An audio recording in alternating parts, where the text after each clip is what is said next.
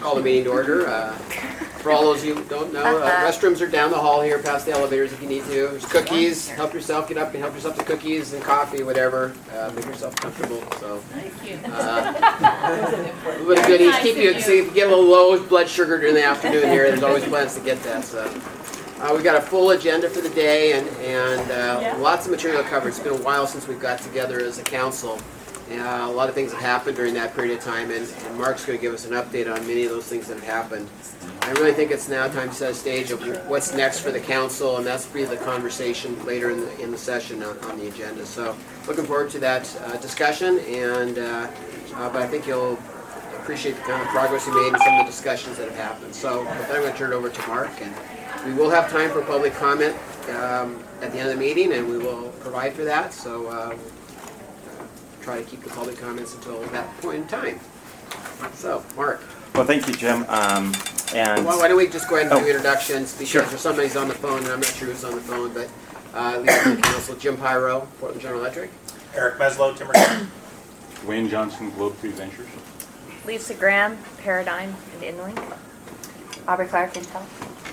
Mark Lewis, OEIB. Go ahead, why don't we have the audience just introduce themselves, just go around so you know who you are. Luis Juarez, CCWD. Susan Sugarman, OHSU. I'm Kyle Ritchie-Noel with the Oregon Business Council. Marcia Fisher, Oregon University System. Joe O'Sherrill, ODE. Bill Becker, Portland State University and the Portland Metro STEM Partnership. Sydney Shepard with the Portland Metro STEM Partnership. Cindy Robert, Rainmakers Community Strategies. East Florida Drug Systems. Ted Wolf, member of the Senate Bill 540 Task Force. Ren Su, Portland State. Kim Finch, Agency District. Ryan, volunteer parent to the Sun Council from Monmouth County. Who do we have on the phone? This is Tom Thompson, ODE. Welcome. Okay. Alrighty, so Mark, why don't you take it from there? Okay. Well, great. Well, it has been a while since we convened. Last June, I believe, no, July. And then we had a couple of additional meetings that we had to cover. And then I had the pleasure of having some one-on-one conversations with each of you over the summer, or the vast majority of you over the summer, to see where we are, to do some stock taking, reflect on what we've accomplished this past year, and to sort of set the stage for the year ahead of us. We're sitting at a time of tremendous opportunity. There is a really broad recognition and a great deal of excitement that STEM and career and technical education are uniquely positioned to drive not only economic prosperity for communities and individuals, but also to meet the workforce needs of the future for our industry partners. There's our STEM investments in this current biennium are starting to make a real impact on their communities. They're at a variety of different stages of development, from having been up and running for a few years now with the Portland Metro STEM Partnership, the South Metro Salem STEM Partnership, and then a lot of the nascent partnerships that are developing across the state. And I think it's really important to recognize that, and we're going to be hearing a little bit more and having a longer conversation here in a little bit around those community partnerships. But I think it's really important to recognize that those sorts of initiatives are really unique. This is something that is not natural for many of the stakeholders to be having the conversations that they're having, and we need to be really cognizant of the fact that takes a really concerted effort in order to bring these different cultures and different perspectives to the table to meet the needs of those communities. This year ahead, we have an awful lot to do as a STEM council, and we're going to need to really roll up our sleeves. Last year, you got a really broad overview of various aspects of the STEM educational ecosystem, both from a formal perspective and an informal perspective, from early childhood education all the way through workforce development, and what is happening in the post-secondary space. This year, we're going to need to, as I said, roll up our sleeves, and really, I'm going to be asking a lot from you in this coming year in order to really move this work forward. Want to catch you up on a few things. One, my role has expanded a little bit with the OEIB and the Office of the Chief Education Officer, not only as the Director of STEM, but also as the point person for career and technical education, working closely with our partners at the Department of Education, who have been really spearheading a lot of the work on the revitalization work, and we're working very closely together to see places where synergies exist across these different efforts. I am also, with the departure of Whitney Grubbs to the governor's office, I am also the point person for the regional initiatives, which include the regional achievement collaboratives as well as the STEM initiatives. For me, this is a really unique opportunity because I see that all three of these really fit so tightly together in what we're trying to achieve. They're very complementary strategies, both from an implementation perspective as well as just a philosophical perspective. I also want to let you know that Jamie Rummage at the Department of Education, who has been the education specialist for STEM, is taking on, primarily taking on the science role vacated by Cheryl Kleckner, who did a phenomenal job at the Department of Education. And Jamie will be working to effectively implement the next generation science standards across the state. She's also still connected with the STEM work, so you should know that as well, particularly the STEM schools. And we have brought Joe Oshiro on board, who will be helping us manage the other grants, the regional STEM hub grants, as well as the STEM, CTE, STEAM activities grants. And Joe, as most of you know, is really the original social network around STEM in the state. And I swear if the internet went down, we would be just fine because we have Joe who can make... But Joe would no longer be fine. Well connected is what you're saying, right? She's very well connected to what's going on in the field. She has tremendous amount of experience working with the partners that we care deeply about. She has institutional knowledge as well as a passion for a very strong research base as well around what makes a difference in STEM. And so we're delighted to have Joe joining us and working together on this. And she'll be supporting me as well in supporting this council. So wanted to let you know about that. Joe, did you want to say a few words? Thank you for welcoming me back onto the horse. And what a horse it is. We like to think of it as a racehorse. I'm thinking more bucking bronco. Yeah. I want to fill you in because of the career and technical education connections and a lot of work that is happening. I want to give you a brief overview of that. I'll be inviting Laura Roach from the Department of Education and Tom Thompson back at a future meeting here to give you a much deeper briefing on what's happening in the career and technical education field. But I've been having a few meetings or been part of a few meetings that they've convened and Representative Reardon has convened around some about 4 or 5 primary issues that are being discussed. And this has the career and technical revitalization grants that have gone out for the last a couple of years. It's really over the last 2 bienniums, but the current biennium is the primary one with $11.5 million being pushed out to various communities across the states, and most of those have had a strong STEM overlap to them as well. But there's a tremendous support all from the Commissioner of Labor, from the traded sectors and others around getting really serious about this hands-on, minds-on learning and getting kids back to being exposed to, well, not just exposed, but deeply engaged in work that requires them to actually create and build and have very strong connections to future careers. Tremendous amount of partnerships around each of those revitalization grants, and tremendous synergies then with the STEM work that we have in front of us. The five primary issues that are on the table being considered moving forward is, one, a recognition that, and these have come out from the learnings of the revitalization. One is that grants alone cannot do it. The grants are critical. They need to expand the support for those grants, reaching more communities across the state, and also reaching down into the middle school years. High school is too late for many kids who have been turned off by some of the ways that we teach and have not found a place for themselves in the formal school system.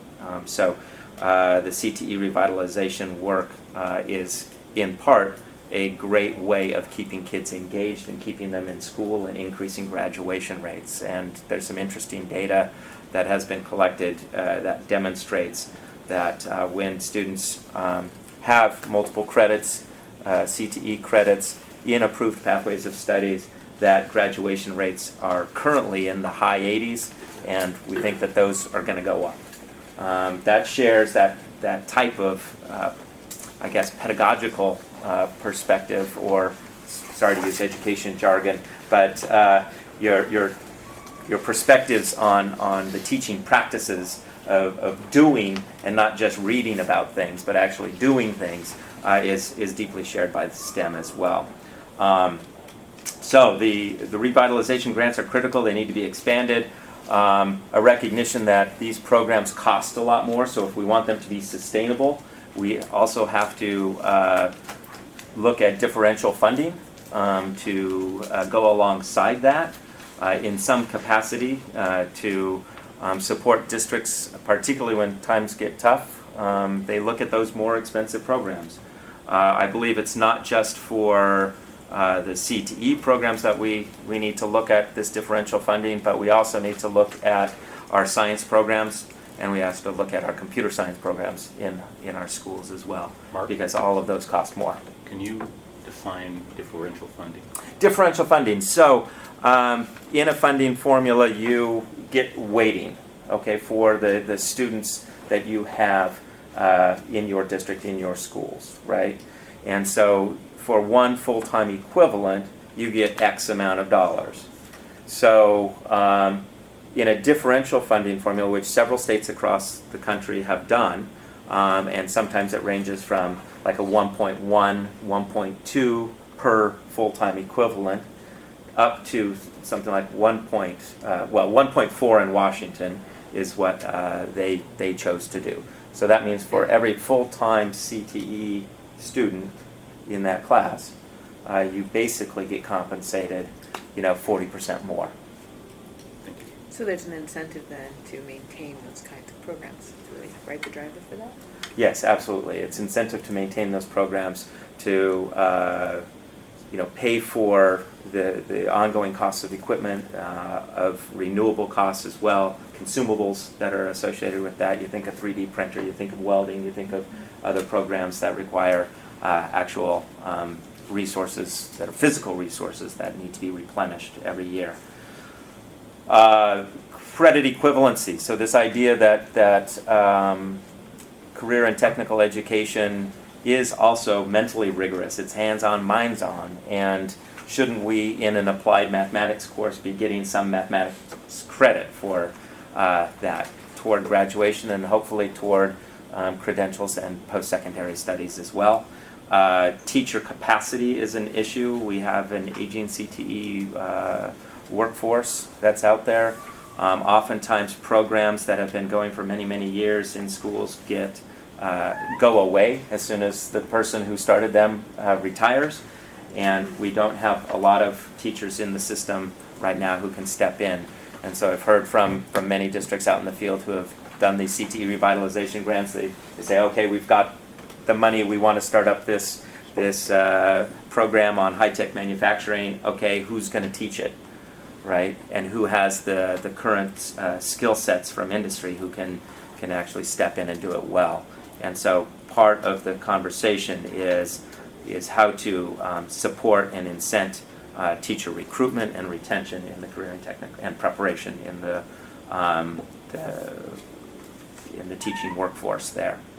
And then finally, there's conversations happening about how do we increase access to CTE programs. So looking at this idea of regional centers writ broadly. So don't necessarily just think of physical space, but how do you use either a community college, a high school, online programming to increase access for students. So those are the 5 sort of pieces of the CTE work going forward. Questions? Yeah. Yeah. So, and this may be more broad than the CTE, but as an example, it seems like in addition to the person who can teach the class, there's the people that are educating the students as to the reason for doing that class. So I won't use the old term counselor per se, but what's the corresponding expertise in the school that understands how to guide students into those classes, and then how it translates to the college courses and, as they get into high school. And I think somewhere in our discussion, I'd like to put that on the table later today maybe, but to me that's a gap that needs to be addressed in addition to the actual teacher teaching it. Just don't assume natural selection is going to have them show up there at the classroom. Exactly. Well, and my husband and I consider ourselves fairly reasonably educated, but at the same time I wouldn't know what to tell my 7th grade son which classes are going to translate to his AA before he gets out of high school. And we're actually asking, and there isn't someone that can tell us the answer. So there's a lot of parents then maybe who don't ask or are afraid to ask. So I don't even know the programs exist. exactly. Yeah. So we're putting a lot of pressure on our colleges to reach down, but we could probably help them out a little bit on the other side.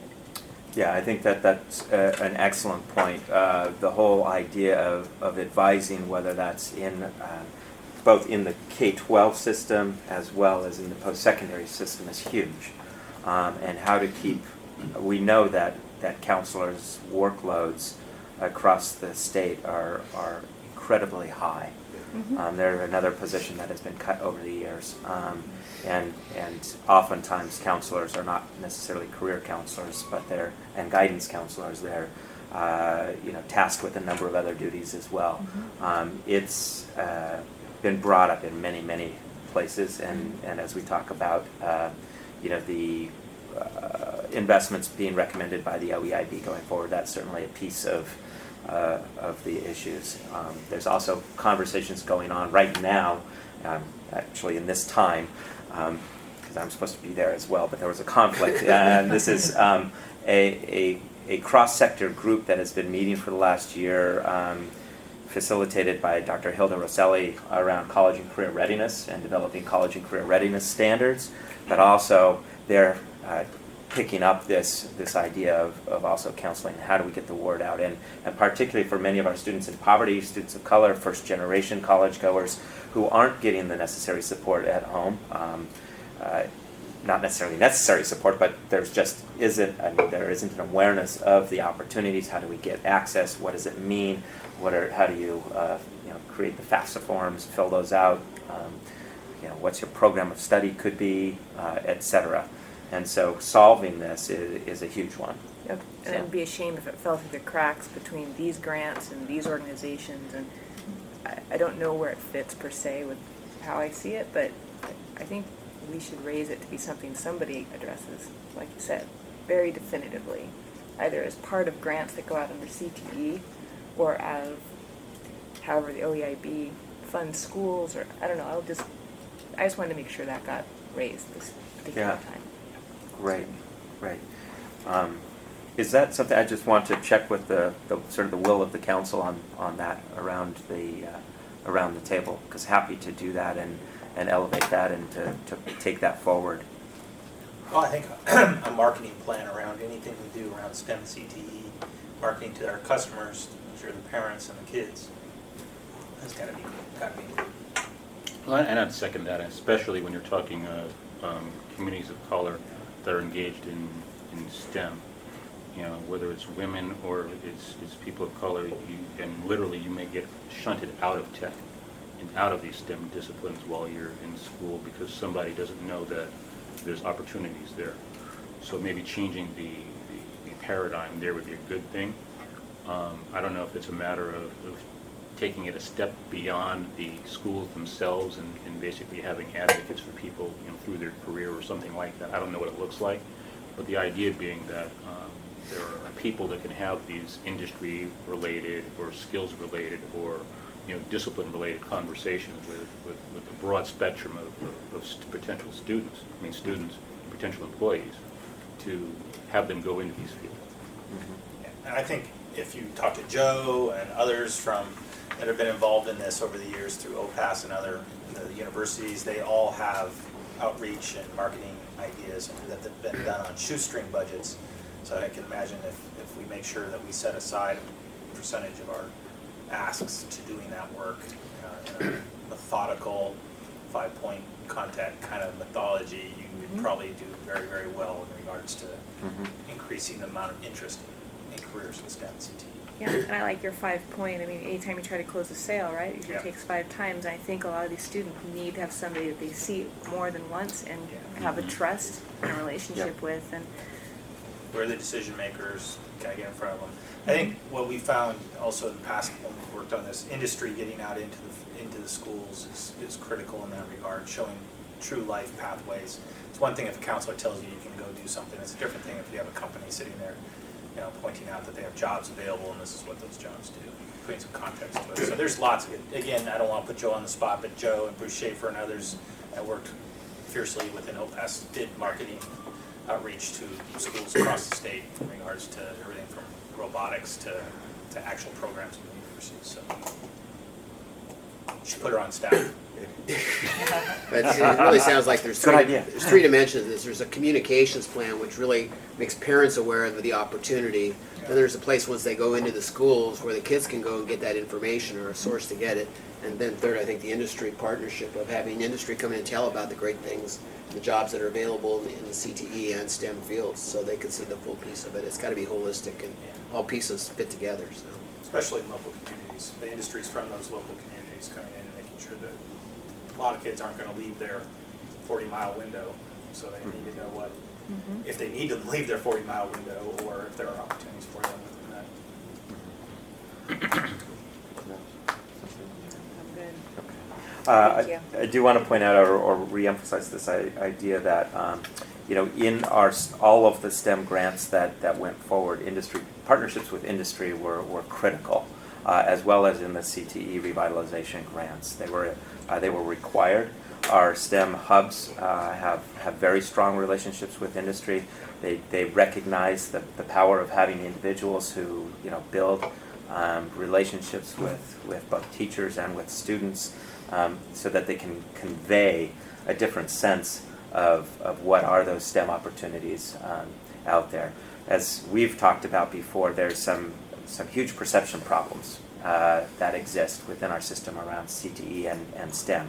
Around CTE, the predominant perception is it's a less than option, and I hate to say it in such blunt terms, but in a system that places higher value on 4-year degree attainment, we tend to send micro messages to people, or sometimes just flat out blunt messages to them that attending a community college or getting an industry certification is a less than option, and that has to change. From a STEM perspective, we have talked about that it is widely perceived as the domain of academically successful, largely white males, and that has to change. And it's also perceived as being fairly boring because it's hard. The way it is taught in many of our schools, it's presented in a way that doesn't really open up people's thinking to the tremendous opportunities in industry and the exciting things, from forestry to precision agriculture to high-tech manufacturing, etc. Not just coding, creating games, and other things, which are also pretty exciting too. But it's about solving problems and doing some really cool stuff.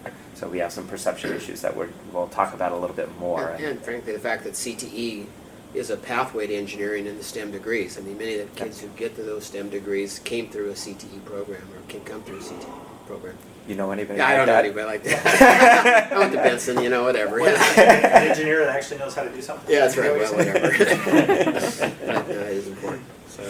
So, okay, great. So I think that one of the things that we need to be putting on our agenda, not only on this career connection piece, which will come up in a little bit, but also that it would be wonderful for us as a council to make sure that we are doing our best to communicate around breaking down those perceptions from career and technical education and STEM, and highlighting the synergies and the exciting opportunities in those fields. There's a huge amount of overlap between them. There are some differences when we get down to some specifics. So we'll go with that. I also want to let you know before in just a minute, I'm going to go over some of the recommendations, just to remind you of the recommendations that we've made to the outcomes and investments, and fill you in on the response and where that lies and where that's going. But I want to also just let you know about a tremendous idea that's taking form right now, and that is, I've had several conversations with folks at Oregon State University, University of Oregon, Portland State University around an idea of how do we align some common research agendas to help sort of drive practice within these investment strategies. So as we talked about the need to make some investments, to learn from them, to reinvest and be a lot more nimble there. There's some critical questions that come up along the way. Many of our post-secondary institutions are engaged in research activities to try to answer some of those fundamental questions. Bringing these two sort of things together would be a huge boon for the state, to have a kind of a common research agenda, or a shared research agenda, collaborative and voluntary for sure, that can then leverage additional federal dollars that actually feeds the work of our STEM hubs, that informs the work and the outcomes of our STEM investments, and then also helps us answer some of the gaps that exist in the national research literature around STEM education and the outputs. That sounds really nice and easy. It's going to be really tough. One, we need to be very clear on the kinds of outcomes that matter to us, and let those outcomes then drive the questions that we're asking, because we could ask 1,000 questions that may or may not actually pertain to our work directly. So I just wanted to, do you have a question? I did have a question. Who's driving that? I couldn't say driving it. It's come up in conversations that I had with University of Oregon, with Oregon State University, with Portland State University. We have at OSU, they just hired a new director for, well, a name that's going to be soon changed, and maybe it's already changed, but the Center for Lifelong Learning in STEM, which was really founded by Lynn Dierking and John Falk at OSU around research into the STEM educational ecosystem. Those, not just the formal education system, but the out-of-school opportunities as well. Both the formal out-of-school opportunities, the planned ones, and the unstructured ones as well. And it was really their brainchild. And then recently, Martin Storksteig has joined them, and Martin comes to us with a great deal of policy experience on the national stage, being director of the Board of Science for the National Research Council, I believe. Correct me if I'm wrong on that one, because he has many other titles that were associated with that. But he's privy to many connections on the national arena around STEM education research. So you're working with the department level folks. Have you spoken with the VPs of research for these institutions to make sure that the universities are We will stand be. behind it? We will be. So the next step is I've got an email partially written to try to connect these and get people at the table to, one, to assess the degree of interest, what's in it for us as an institution, where does it fit within the state policy arena, how does it inform the work of the STEM Council, how does it inform the work of the STEM hubs, and what would be the advantages there of doing so, and to see whether there is a degree of interest. So, yeah. Okay. Yeah. Actually, I want to do one more thing before we go into the actual suggestions, and my computer is starting up. I had the opportunity last night to go and see Neil deGrasse Tyson speak at the Schnitzer. Did anyone here go? Okay. If he's talking again tonight. I don't think anybody can get tickets unless you go on Craigslist. But phenomenal. So this is the individual. He's a cosmologist, an astrophysicist, the sexiest astrophysicist alive, according to 2011 Time magazine. And as he laughed at himself, he said, "That was a pretty short list." Competition, right? But I did. He said several things that, for me, resonated so very strongly with the work that we are doing, and he had a really phenomenal perspective. He was able to. He's the person. If you've heard of the Cosmos series, that played recently, the 14 episodes of Cosmos, I'll see it. Yeah, is it on? Well, it's arguable to say he's the face of STEM in the entire United States. He's the face of science Yeah, education. science education, he's it. I mean, he's the biggest advocate, he's very articulate, he's Extremely. funny as hell, he engages, he's a minority. I mean, he broadly... He's irreverent. He's irreverent. He challenges their own as well as the outside forces. I mean, he absolutely is, if he's not, he should be our poster child for regards and the leader of this entire thing across the United States. So, do you have any videos or? I do. That's what I just a 3-minute video, if you'll, around what he's, if we can get it here. He's also extraordinarily logical. Well, what I find fascinating is that it's logic isn't his primary message. He refutes the common arguments against some of this stuff so well, and doesn't allow people to dive down into base, silly arguments.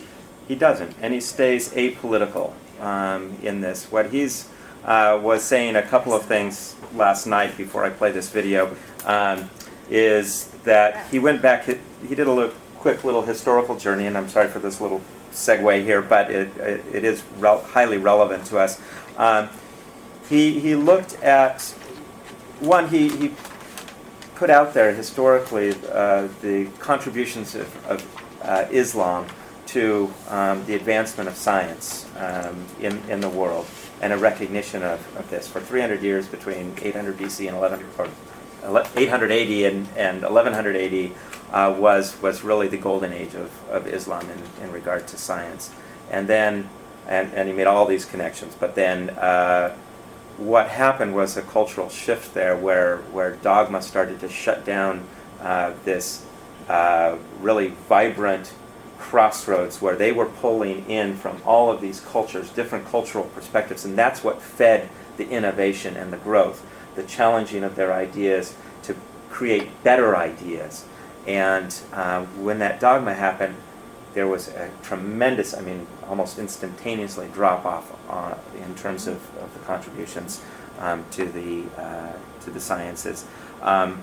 He likened that to what is happening currently in the United States with a tremendous decrease in the number of, tremendous shift from the United States to other countries in the number of research articles, the money put towards research, and the economic competitiveness of those countries. And there's absolutely direct correlation between investment in research and technology and the economic growth and prosperity of a nation and of a community and of a state.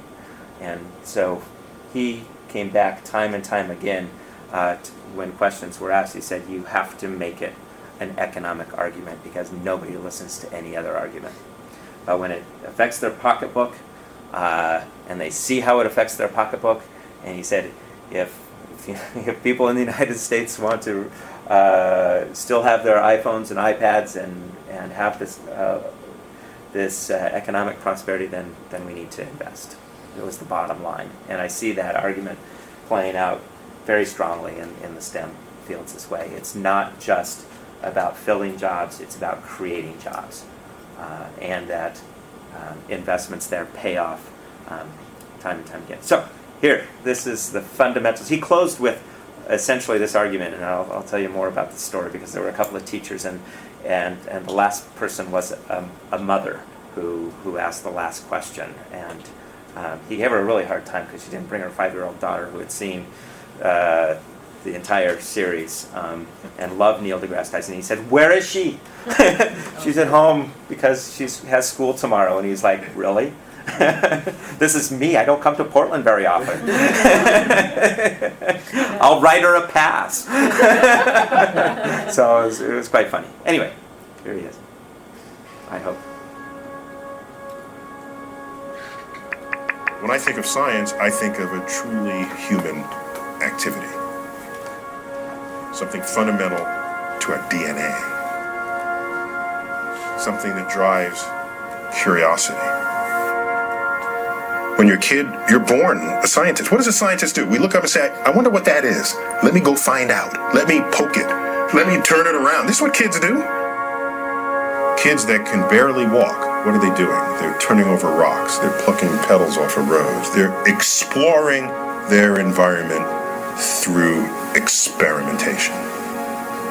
That's what we do as human beings.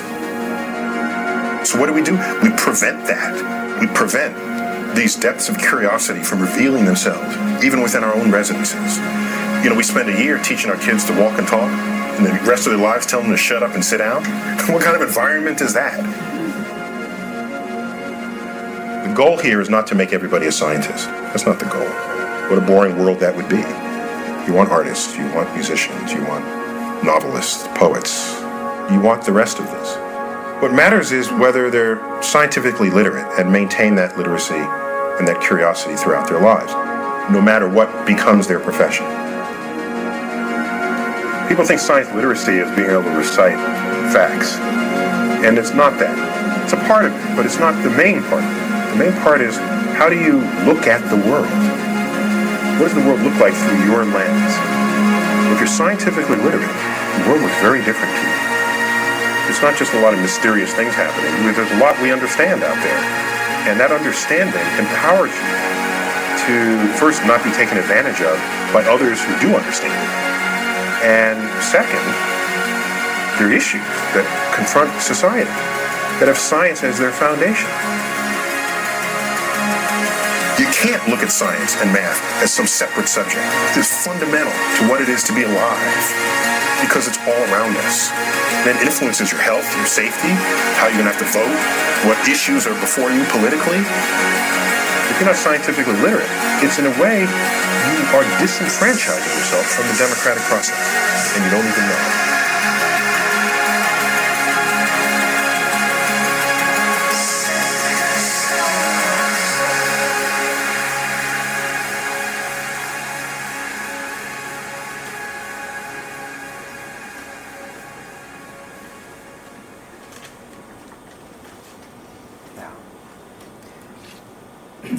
He's got some of the best TED speeches that have ever been done.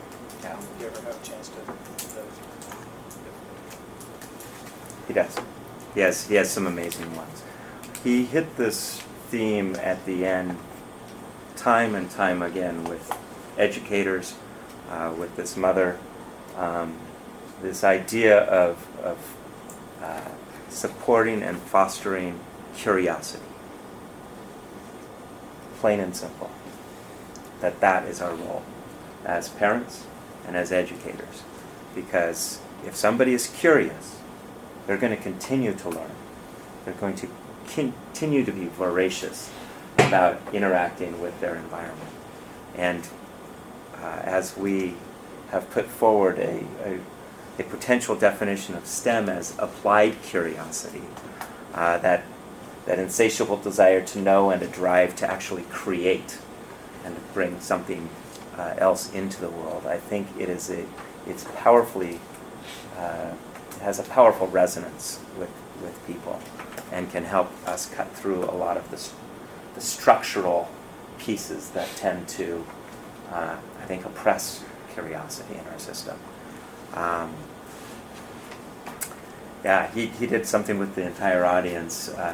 He asked, how many teachers, so of the people, how many teachers did you have in your life that had a profound impact on who you are still today, that you can recall, that had a profound impact on how you see the world?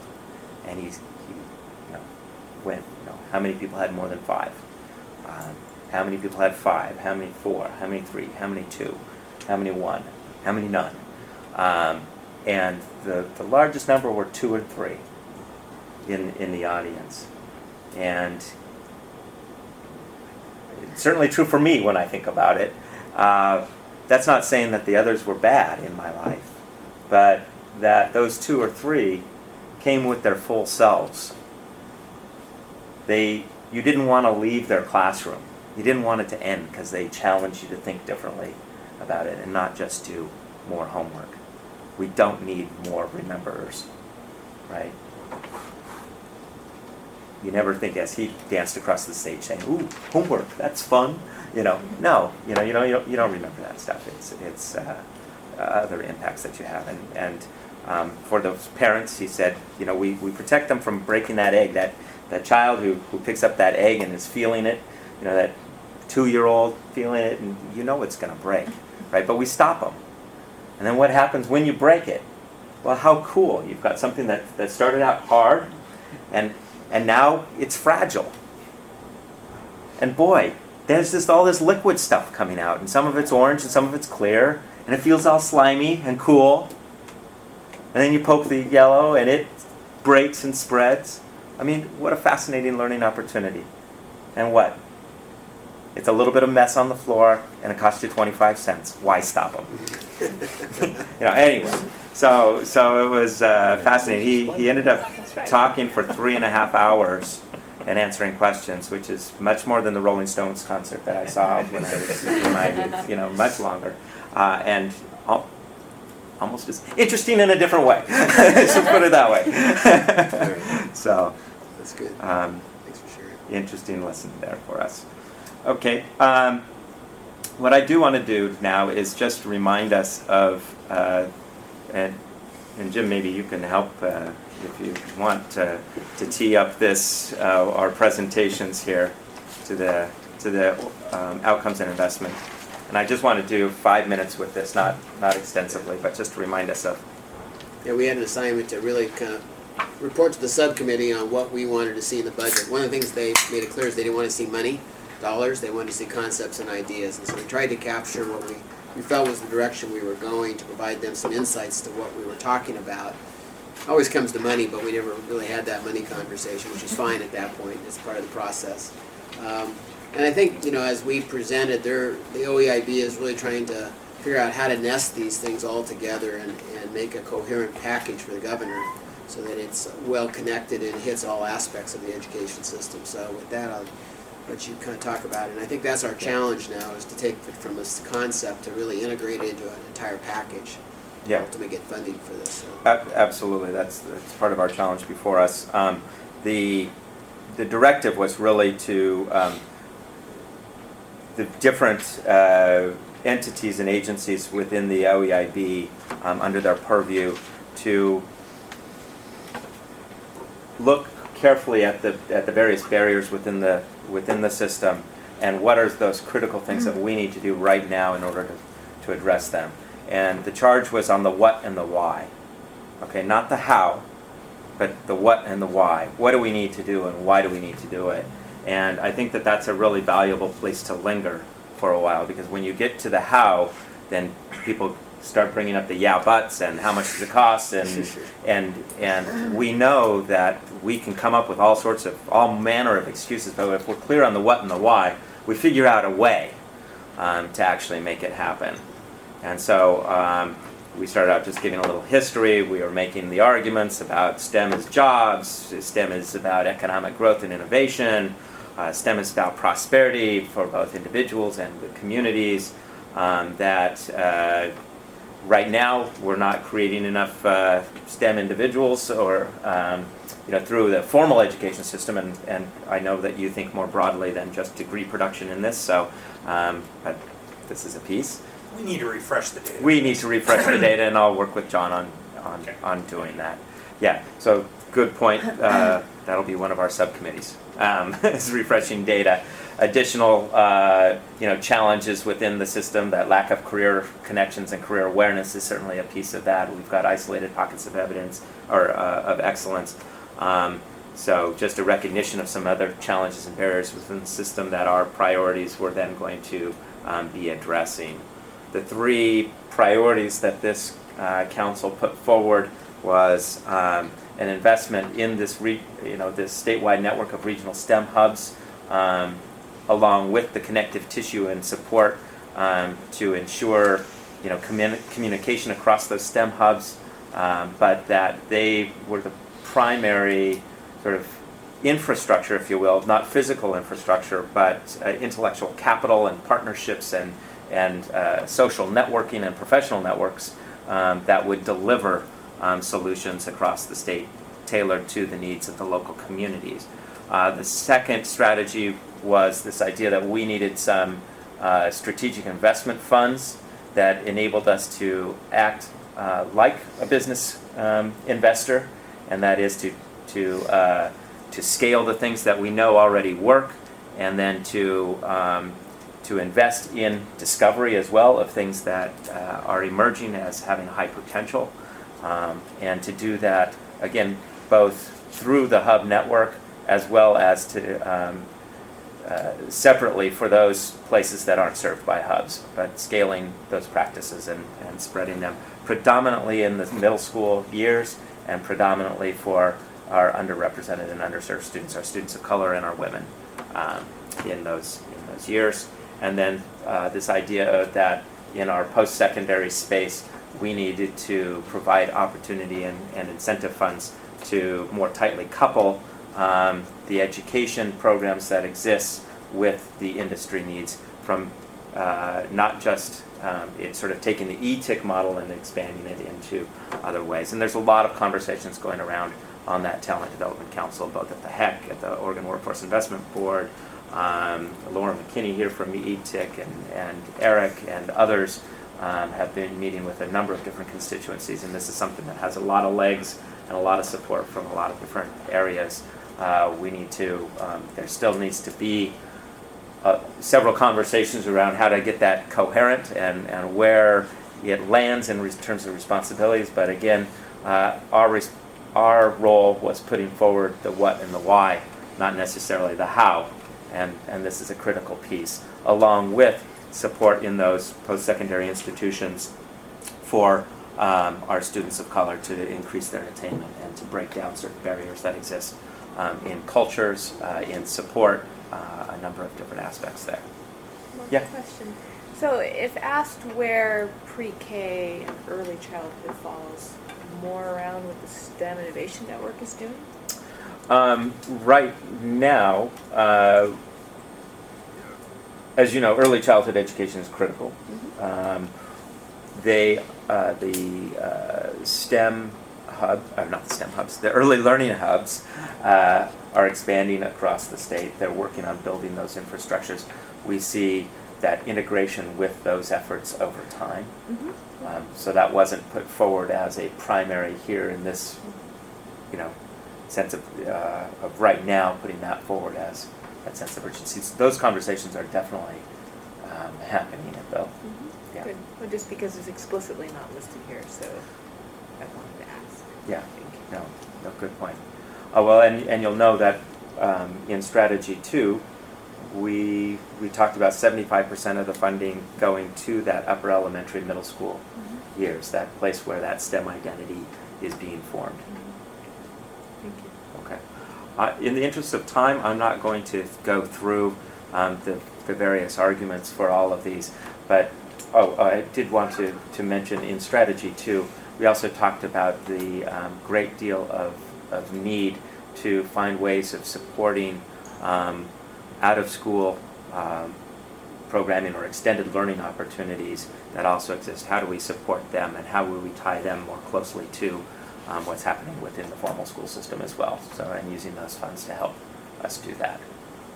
So that's what we put forward. There's some things that evolved, particularly in that strategic STEM programming. There's and we put forward this idea that we needed to incent more focus on engineering and sort of the engineering, the basics of engineering and different types of engineering in that.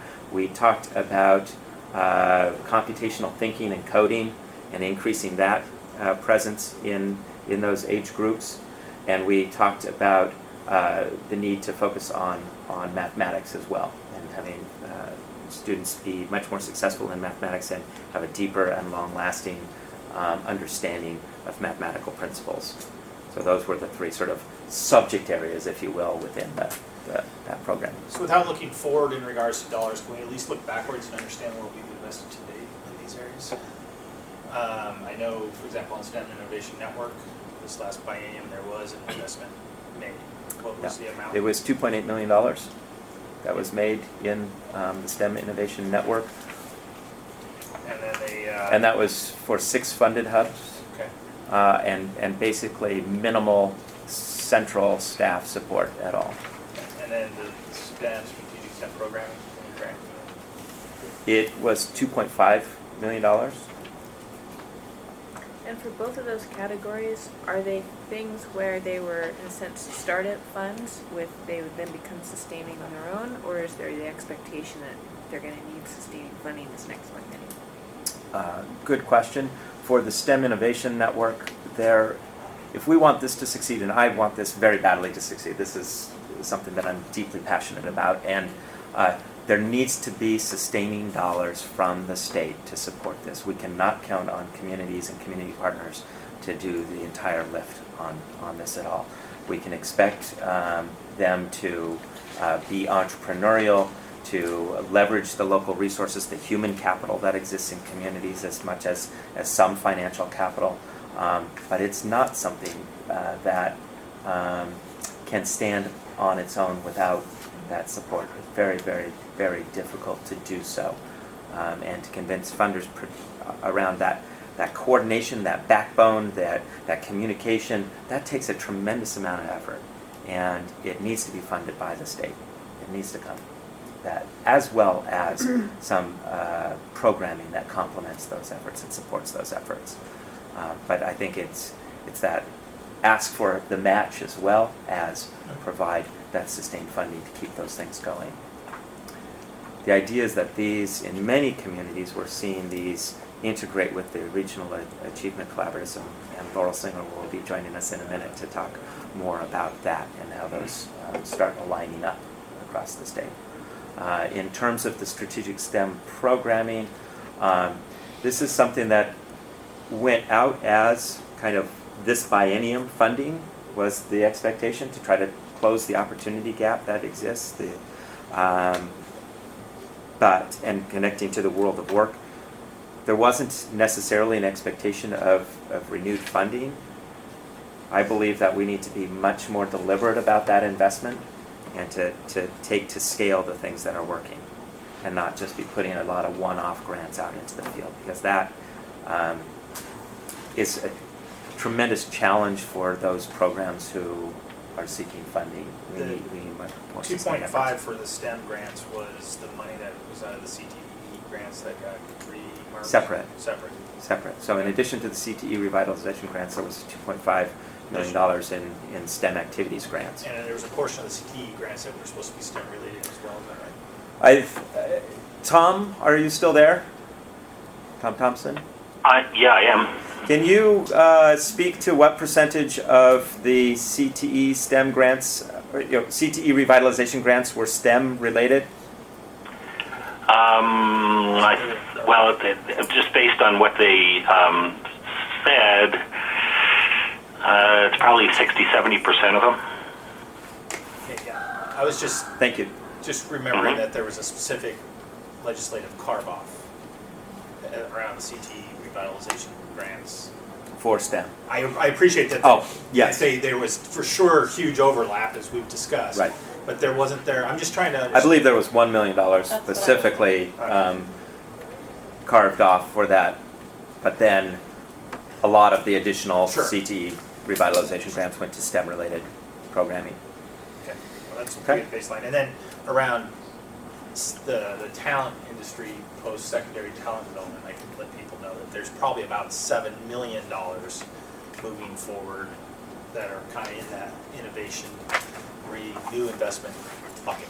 So maybe some scale. Yeah. Okay. Great. I'm going to exit this and move on here because I want to give you a sense of. So we presented this.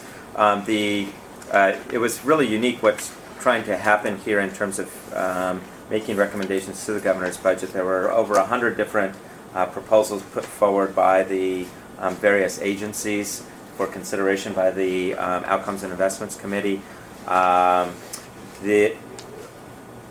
They tried to make sense of all of this, and there was a lot of great questions that pushed back and forth, and some new things that arose from those conversations. In your packets, you'll have 3 sheets, 3 one-pagers that look like that.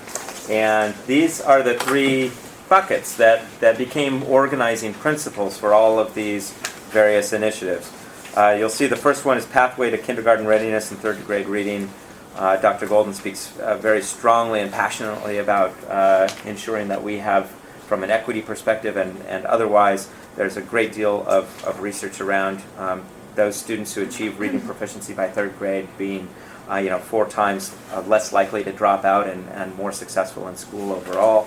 And so all of those early learning opportunities, which are great, are very complementary to each other, were part of this bucket.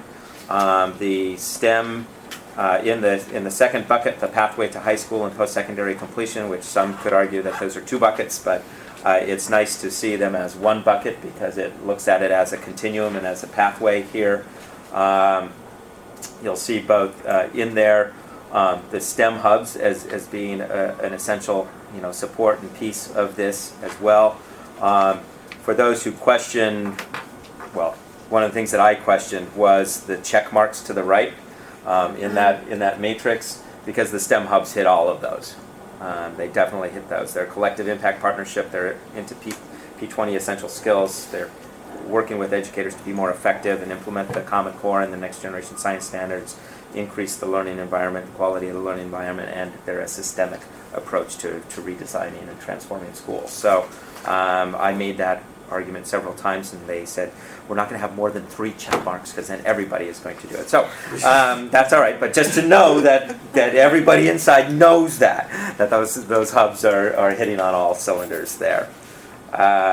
One of the things that was interesting that rose up, and I just want to highlight this, is there was the pushback, I guess, on the STEM proposals was, why STEM? Why a separate initiative here? Why call out just this particular field? And I think that goes, that question goes to the perception problems that we're facing. These kids are already on the track. Why why highlight this? And so we went back to the outcomes and investment and made a stronger pitch of the conversation of tying education to that economic development, to workforce, to community development, to transforming the educational system and how we're thinking about educating our youth, and the great deal of community partnerships that exist around this. So that started to resonate really strongly with the committee, and a recognition, and really it led to, that conversation specifically led to the third bucket of connecting education to career pathways. And so then it became very supportive. Ooh. Yeah. I'll look at it. Thanks. The other piece was this recognition that the biggest barrier perhaps in STEM attainment that we're seeing in the post-secondary space and in the K-12 space is around mathematics. Whether that's developmental mathematics, and we had a presentation to this council very early on about the significant amount of people who entering into the community college system, the ones directly from high school, 64% had to take developmental mathematics. When you have to take developmental mathematics in order to pursue that engineering, that pre-engineering coursework, or to become a nurse practitioner or whatever, it's a huge barrier. It becomes a huge barrier. And oftentimes the quality of those programs need to be addressed, as well as the alignment of the content needs to be addressed. Is it, do we really need to know quadratic equations, or, actually you could choose your subject area in mathematics and pick on it. But the bottom line is that there's a recognition that we need to do something very big and very systemically around mathematics. And there's already some great conversations happening through what used to be the CCWD and Elizabeth Cox Brand and the Higher Education Coordinating Commission and others, the Department of Education as well. So around mathematics alignment and shifting practice. So that has elevated, and I think it's certainly something that we as a council should be strongly endorsing and getting behind in part of our messaging. Yeah. So, quick question on Yep. that. I know I keep asking a lot today. When we first started meeting, there was discussions about, like you said, really changing things. So it's not time in the seat, for example. It's accelerating as you learn. So we really revolutionized how we call grades. And so I guess my question would be, are those conversations taking place somewhere within the Department of Education where there's efforts to actually move that way? And if so, how do we position to support that? Yeah. Would be one question. Or if they're not happening, what should we be doing as a council to help at least have that discussion happening? So I don't know, Mark, I just want to put that out there. I don't know what you guys think. There's no doubt there's these huge overarching educational reform pieces that we have to apply to, and that's certainly one that you just mentioned. There's about a dozen others. Yeah. And just, we are not well briefed in on what the other work is within, say, Yep. on that. And Yep. it'd be helpful to understand. Well, if there's Compensated grants. grading versus, the whole 9 yards. Yep. Well, and if there's going to be an ask of some dollar amount, it seems like there should be a discussion as to, is there some portion of that where we could back support programs from an industry perspective, or I don't know, but another way to incentivize and help support whoever's got that big. I agree with Eric. If we knew more, we'd be smarter about it. Yeah. And from a practical standpoint at the OEIB, I know you guys aren't supposed to be talking about money, but Well, we do at some point. I know at some point. We will at some point. The fact is, I'm sure it's already happening. It's just not happening in public. The point is, which one of these costs the most amount of money? I mean, I look at, we start talking, third grade reading is a huge lift, right? I mean, could be hundreds of millions of dollars. I think what I heard down in the legislature. Pathways, how big is this one? Which one's the small one? Right? And are we falling in the small bucket and priority list and everything else? Just to have an understanding of what our expectations should be moving forward. Yeah.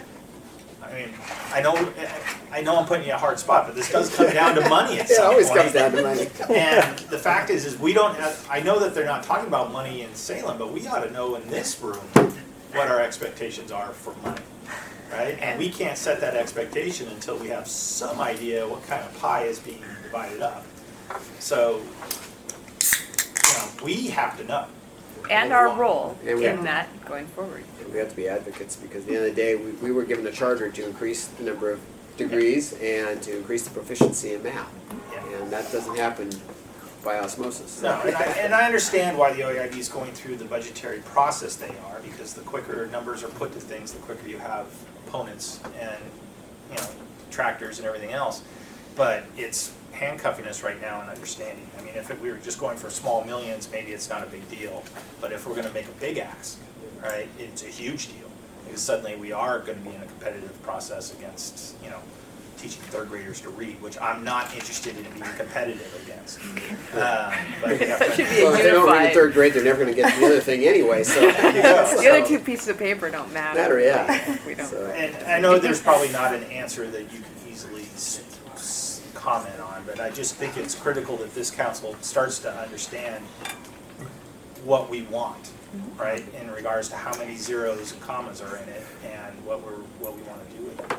And then I guess where we can put the energy behind supporting that. Because I think there's an antsy little bit, at least from me, of okay, now let's get in there and help push. So You have to understand, this is not gonna happen overnight, so it's gotta be a continuing commitment. It's just that you're gonna throw money out one year and you're gonna say, well, it's gonna change. Well, it isn't gonna change. It's gonna take 10 years of this on a consistent basis, changing the system.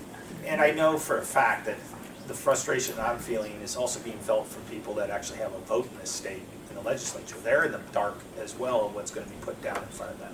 And they're trying to position right now legislative concepts and everything else without having any idea of what kind of numbers should be behind them and whether or not they'll have support from the governor's budget.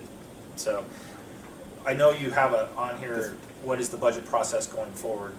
Are you going to detail some of the critical dates that we have to have some decisions by and when the OIB will make decisions and we'll have an understanding if we're on the outside looking in or if we're on the inside looking out? A little bit. Okay. I can do that certainly. A couple of things. One, to answer the first question that went out onto the table, and that is around basically what's known as competency-based assessment or proficiency-based assessment. There's a lot of work going on right now. Business Education Compact is working throughout the state in a number of places to support proficiency-based learning. Teach Oregon through the Chalkboard Project is also really complementing those efforts in a similar fashion. The Network of Quality Teaching and Learning that was funded through the legislature and is being spearheaded by the Department of Education is also that is a piece of their thinking as well as mentoring and other supports for educators. So yes, and I'm happy to bring individuals forward to give you a better sense of what that landscape looks like in some of our future meetings. And Mark, as part of those programs then, are they wrapping dollar money requests up through the OEIB for being able to support those things? And that's where that big ask will happen? Or are they looking for some outside councils or other places that are going to help for those big asks? That's the part that's not clear to me Okay. is how are those going to get funded and supported? Yeah, the Network of Quality Teaching and Learning has certainly been one of those strategic investments where there's an expectation of continued investment on the part of the legislature to support going forward. Actually, the Quality Isn't it? Teaching and Learning Network is funded, and I work for Chalkboard Project. It's funded statutorily, so we don't have to have a strategic investment or a line item from the governor. It is taken off the top of the state school funds. So about $32 million is what it comes to. Is that enough? Based on what the governor decides, I don't know, but there is an allocation already there. Yeah, thank you for that. Thank you. Yeah. It's good to know. So I would say if we only get 2.5 million, we shouldn't spend a lot of money on that and spend the 2.5 million on something in the classroom. Something on over here to the... Yeah, support it, but don't fund it. It might be useful to provide whatever whatever recommendation formally that we do, though, calling out that we support and back those things as seeing them as critical pieces, which then sets the stage for, I think, clarity for the legislature. We're not asking for that. You're taking care of that. We're asking for these other pieces that fit with that. That connect, and Yeah. making that connection is Exactly. important for us and to do. then the STEM Council and the others are giving the governor, I think, what he asked for, which is a holistic view at our STEM approach.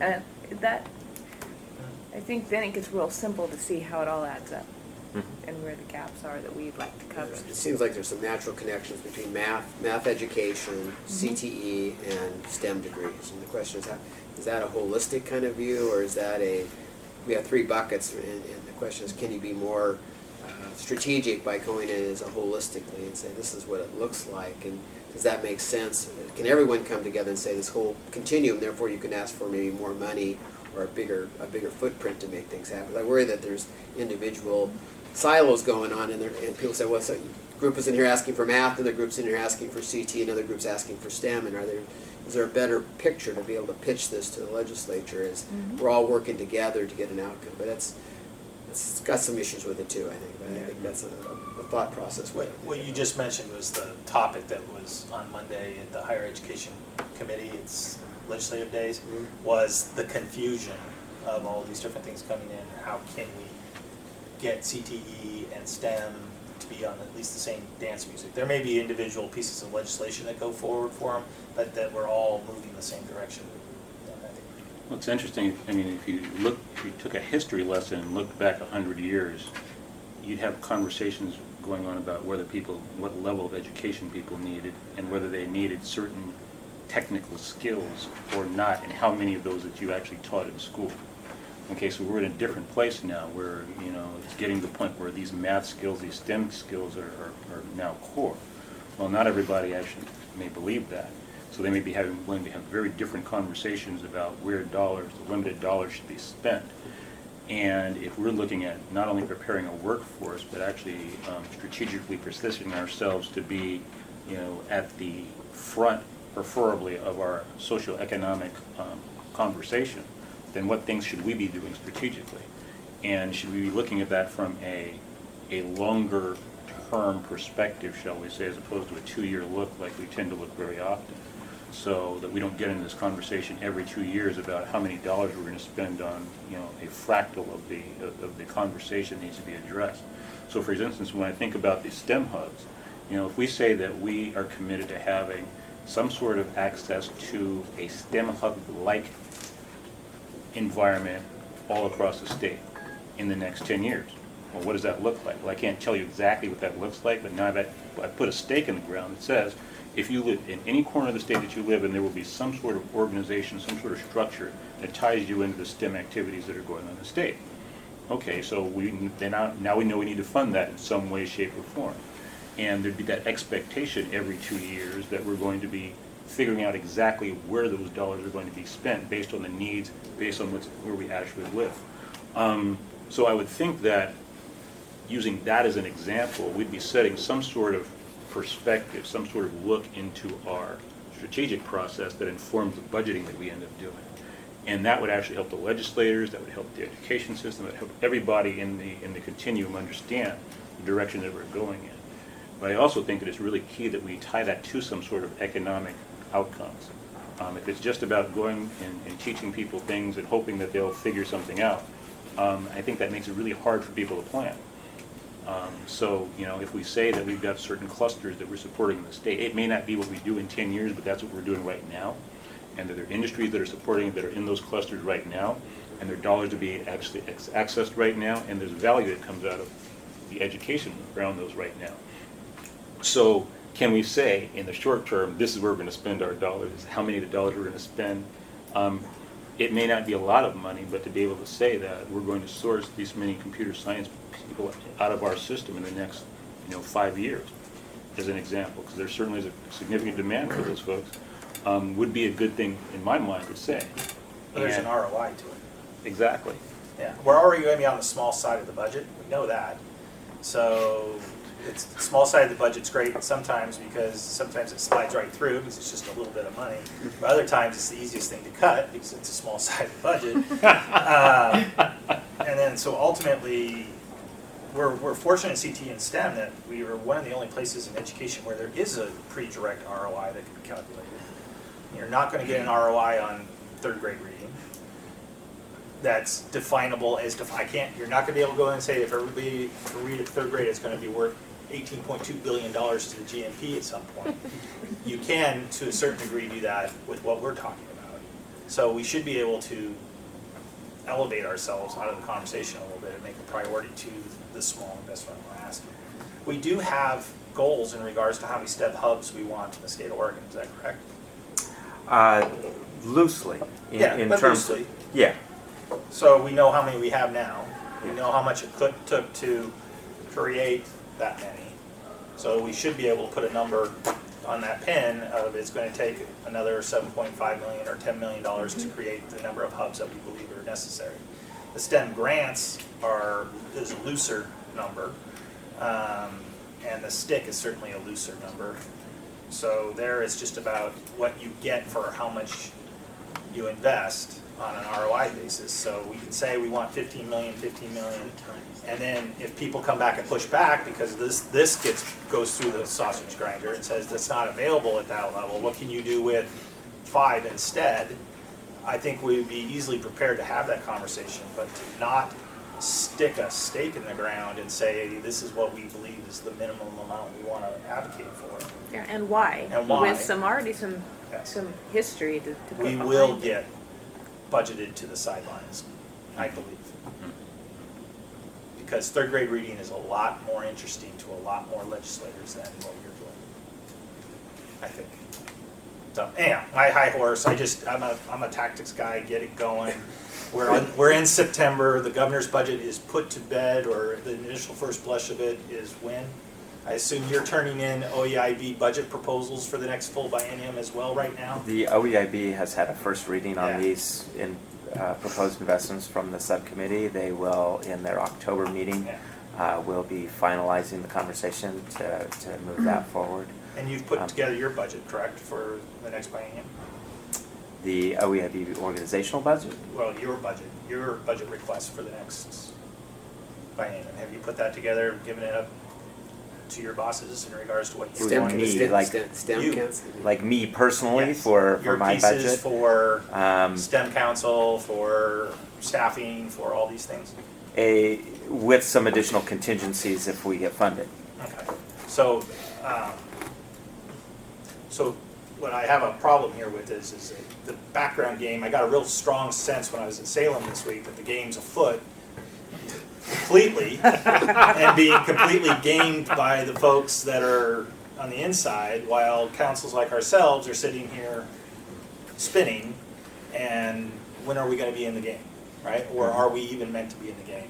And if so, how do we act? How do we get a number on how we advocate? How do we get in and push at the OEIB and push at Nancy and push at the governor's office to make this a priority, as opposed to just walking it through the process that I think is getting gamed? Well, I think from...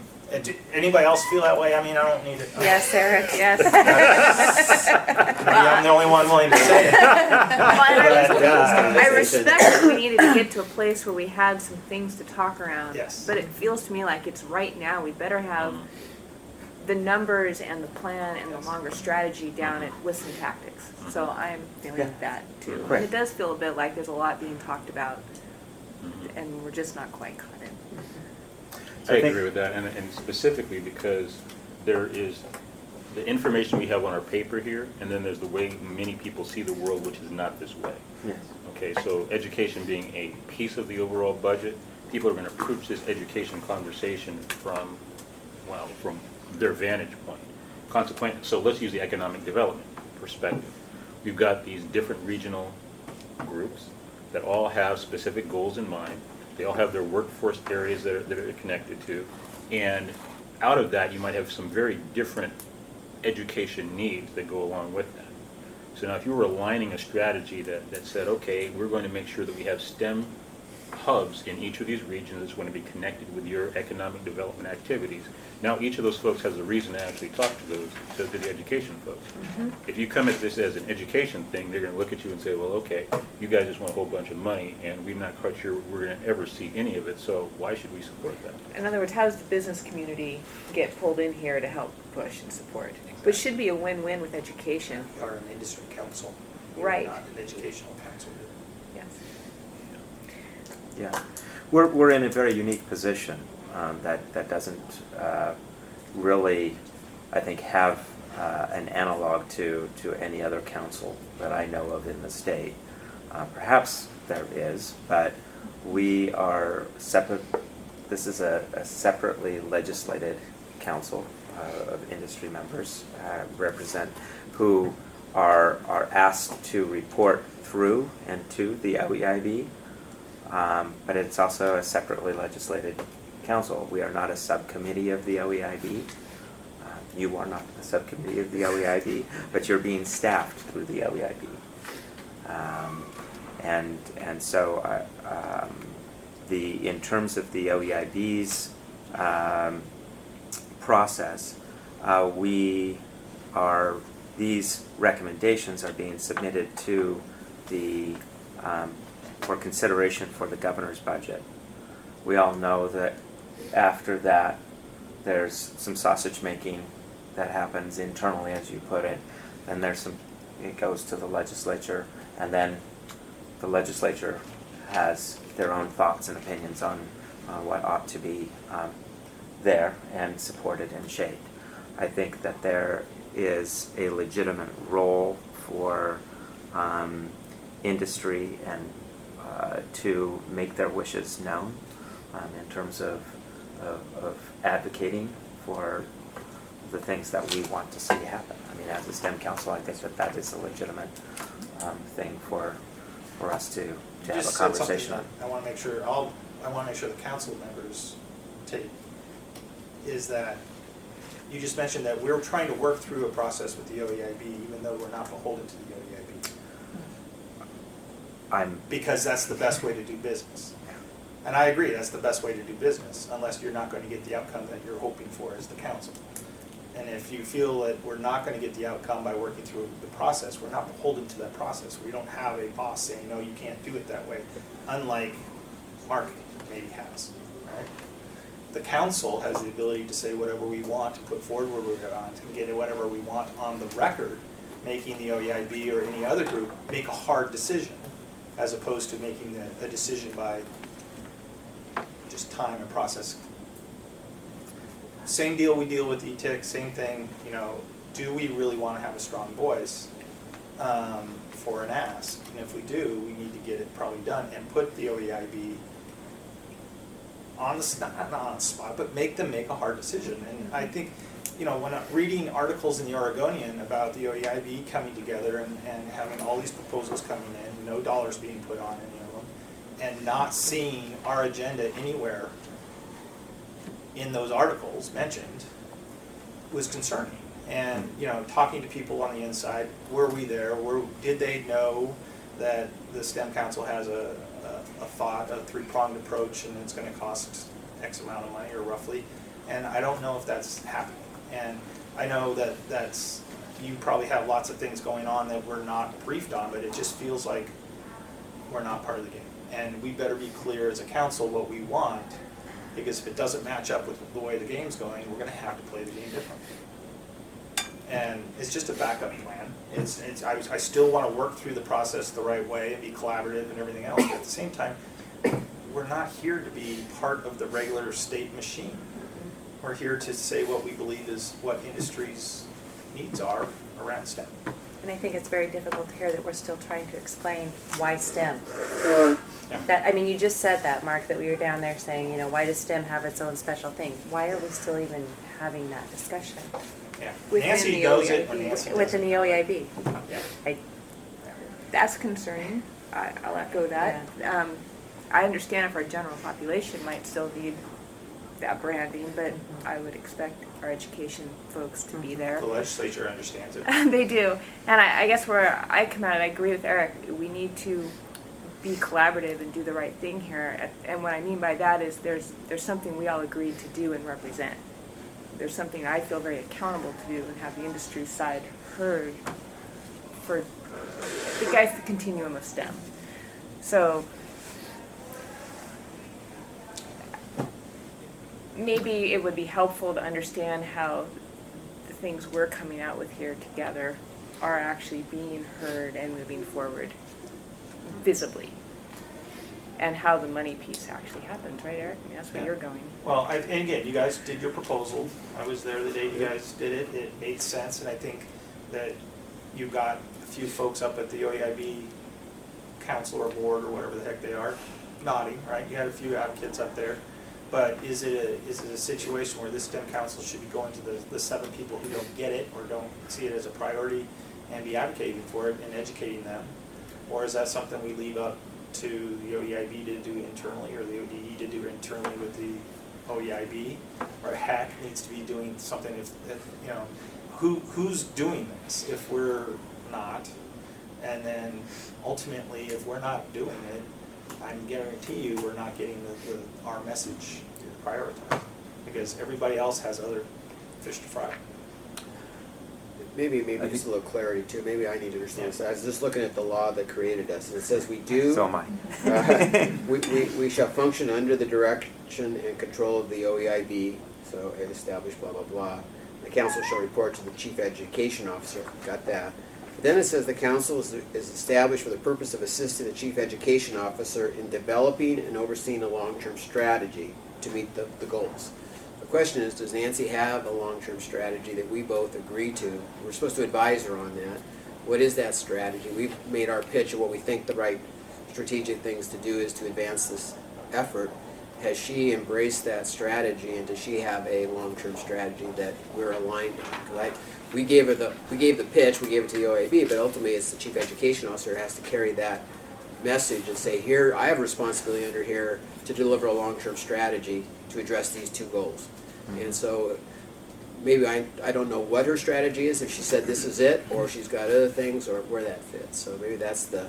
Well, and generally, the only way you can ever see whether or not people believe in a strategy in the state is whether or not they fund it, right? They put money behind it. Well, that's what we're talking about right now. Yeah. So strategy, and can the strategy, does it have teeth behind it to make it happen? Yeah, because she can have a great strategy, but if there's no dollars behind it. That's fine, Yeah, one, I acknowledge the concerns of the council, and I'm hearing them pretty loud and clear on that. 2, in the initial reading or conversations around the STEM investments proposed, there was, this, how do we weigh 3rd grade reading against, this, et cetera, et cetera. I can tell you that as we took the conversations in that subcommittee back to the chief education officer, Dr. Golden was very adamant that the STEM pieces, the STEM strategies, the STEM investments proposed were part of the larger picture of what was recommended. And as a result, that conversation was that these were the recommendations to the chief education officer from the subcommittee. The chief education officer, in consultation and with this broader view, put it back to the subcommittee that this is a priority. And so in So do you think we'll be in the governor's budget?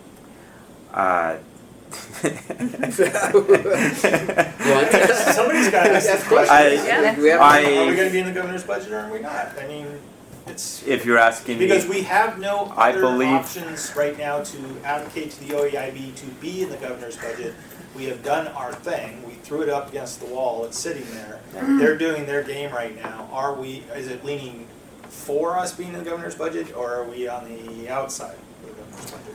I have no crystal ball. I know that about CTE and STEM, I've received, queries about and that say to me that there's a great deal of interest and support to ensure that these are pieces of the budget. Again, there's a lot of competing interests there, and So what when I think- asked how much for each of these strategies are you asking or representing that we need to execute these strategies? You have to give a number, right? Sure. And number is... Yeah, does that number exist No, already? I think, yes, the number exists in terms of, look, if we're doing some back of the envelope, we're looking at the regional STEM hubs right now at $2.5 million. If you're looking at supporting doubling that number, we can get to a $5 million, let's do some hand waving back of the envelope calculations. As a former engineer, plus or minus an order of magnitude in some cases is just fine, but we want a little more precision than that. So let's say roughly $5 million there. If we're looking at the post-secondary talent development, and we've got around $7 million for predominantly electrical engineering and computing science, and we want to expand that to healthcare and a couple of other areas, knowing that we're in a biennium and there'd be transition. So you're thinking, oh well, we can't we can't do a 4x because that's ridiculous. We would never have the capacity to deliver on that, and there's other work to be done. Is a 2x a reasonable number? Yeah, I think a 2x is a reasonable number. Could it be less than that? Probably. So somewhere between 10 and 15, you come up with a number. Probably closer to 12 if you're adding in that. The support, the institutional supports that we want for our students of color and women. So there we've got some back of the envelope numbers already in terms of the balance in that middle space. It depends on how big of an ask we want. If we're going after mathematics in a very big way, that could be 40 or $50 million. That seems to be quite substantial. Of an ask and probably unrealistic, quite honestly. So if it's sort of the activities and incentives, another 5 is very reasonable. 10 gets us more, to impact and support STEM hubs in terms of additional programming. Well, and I greatly appreciate the back of the envelope work, especially because this is the last meeting we're having before all this is decided. We're never going to meet as a council before this has all been booked down in the governor's budget, right? Because we're not scheduled to meet until when? Next month? Third week in October. Third week in And October. it's put to bed, at least initially, in regards to the first numbers going in. And this is the first time I believe this council's heard any mention of any dollar amounts for STEM hubs. And there's been no debate on whether or not we think that number, even if it's on the back of the envelope, is it in the right realm? Maybe there's people sitting in the council that say it needs to be a lot more or a lot less. And that's the concern here, is that we're not in alignment as a council to move forward here. And I believe we put forward these numbers actually in our May meeting in the initial conversations. again, we back of the envelope it, but we We've haven't all parked and talked about some gives and voted takes. on it or otherwise endorsed it. One, maybe to Jim's comment about supporting or working or collaborating or whatever the appropriate verb is with Nancy for the long-term strategy, I even understand a stepwise approach towards what we think the spend should be, let's say 10 years from now, with the current realization of what our budget in the state really is. I would be interested at the right time here, at least of having had that conversation, because then we can support what the trades are right now. Because we understand there's trades. But we haven't actually talked about the numbers for the next biennium or the one beyond that to get to how many STEM hubs. Right, so I mean, that's- and if we're talking in that context, back to that earlier conversation about saying that we're going to have hubs that cover the whole state. Well, we can talk about when that's going to be, but if we actually have an agreement that is going to happen, then now we're just arguing over how many dollars we're going to apply towards that now, as opposed to if there are going to be any dollars at all. Yeah. And if they haircut us, it's going to take us longer. If they don't haircut us, Exactly. then we can do it faster. Exactly. The bigger issue here is how do you integrate some of this into the school system? And none of this addressed mathematics, which is a huge lift. If you look at it, just to your point, if you want to tackle the mathematics, it's not just 5 or 6 million. It's if we I do it think systemically across the system. one of the things that I think would be an interesting conversation to have is that industry engagement. And I think that if we're going in big around math, there's, there could be a place go in quite substantially there from an industry perspective as well. And you know, I don't want to put you on the spot, but I am familiar with the Intel math program, which is actually you know, quite well research-based math program, and that could be an opportunity to also, you know, demonstrate a public-private partnership.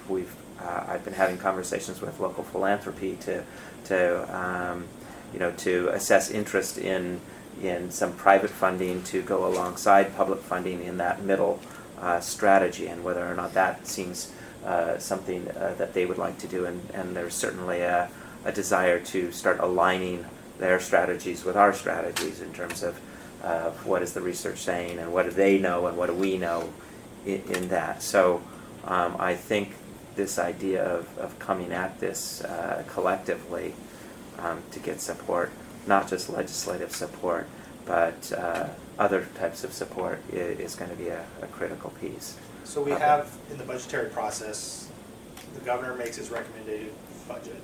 That's going to get obviously tweaked and negotiated and everything else as soon as the election's done and they realize what kind of legislature they have to deal with. That's occurring this fall.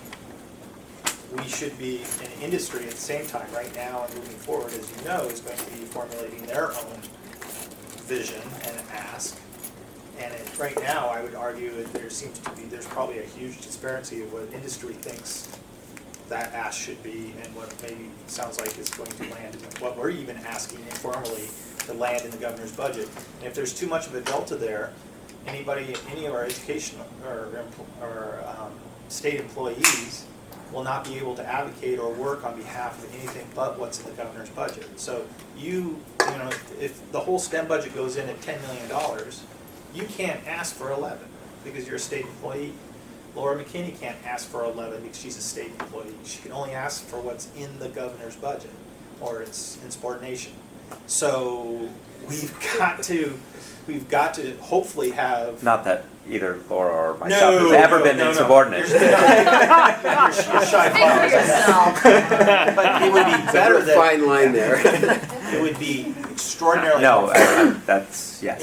if we're closer in line with where things land than being way apart. And I just get this feeling we're going to be apart by tens and tens of millions of dollars. Well, what I'm hearing is a need to sit with Dr. Golden and discuss, you know, how can industry support this, and specifically the role of the STEM Council in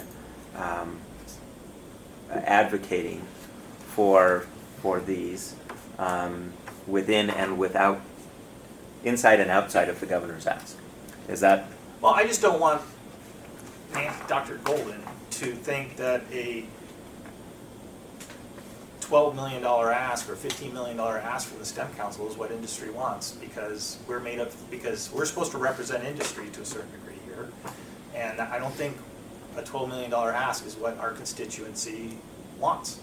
They want something much larger than that, as evidenced by the fact that if we don't ask for it as a STEM Council, industry's going to come in over the top and ask for it, and this STEM Council is going to look pretty stupid as representing industry for not having made the bold ask out of this STEM Council, right? This first ask, this is the first money ask that this council is being asked to have weigh in on, and we're going to lowball it or go in easy, or should we be going in as a change agent and making the conversation become poignant enough that somebody debates this at the level where there's money? And to those back in the envelope, that's where you're talking 30 to 50 million. I'll make it broad here, not 12, because 12 takes care of one of the lines and ignores the other two. And I say it that way because if it is 12, it doesn't feel like there's the right strategic plan to debate the pros and cons of then what we do with that money and what the implications are of having it be small. If it's 30 to 50, there's still that same discussion as, okay, well, how does that fit? Yeah, it's Dr. Golden's long-term strategic plan. So there's just a disconnect in my mind between the ask we're about to make and why the council would even make that ask looking out ahead. I'm not sure the STEM Employers Coalition that sponsored the STEM Investment Council legislation would be real happy if I went back and we briefed them and said we're going to go ask for $10 million, $12 million. They'd be like, really? We spent all that time, all that effort, pulled a bill together, got a STEM investment council together, and you asked for what? I mean, maybe I'm wrong, Yeah, but especially I'm if our not answer is, well, that's how the process went. yeah. I know what my boss would do if I came back with that answer. Yeah.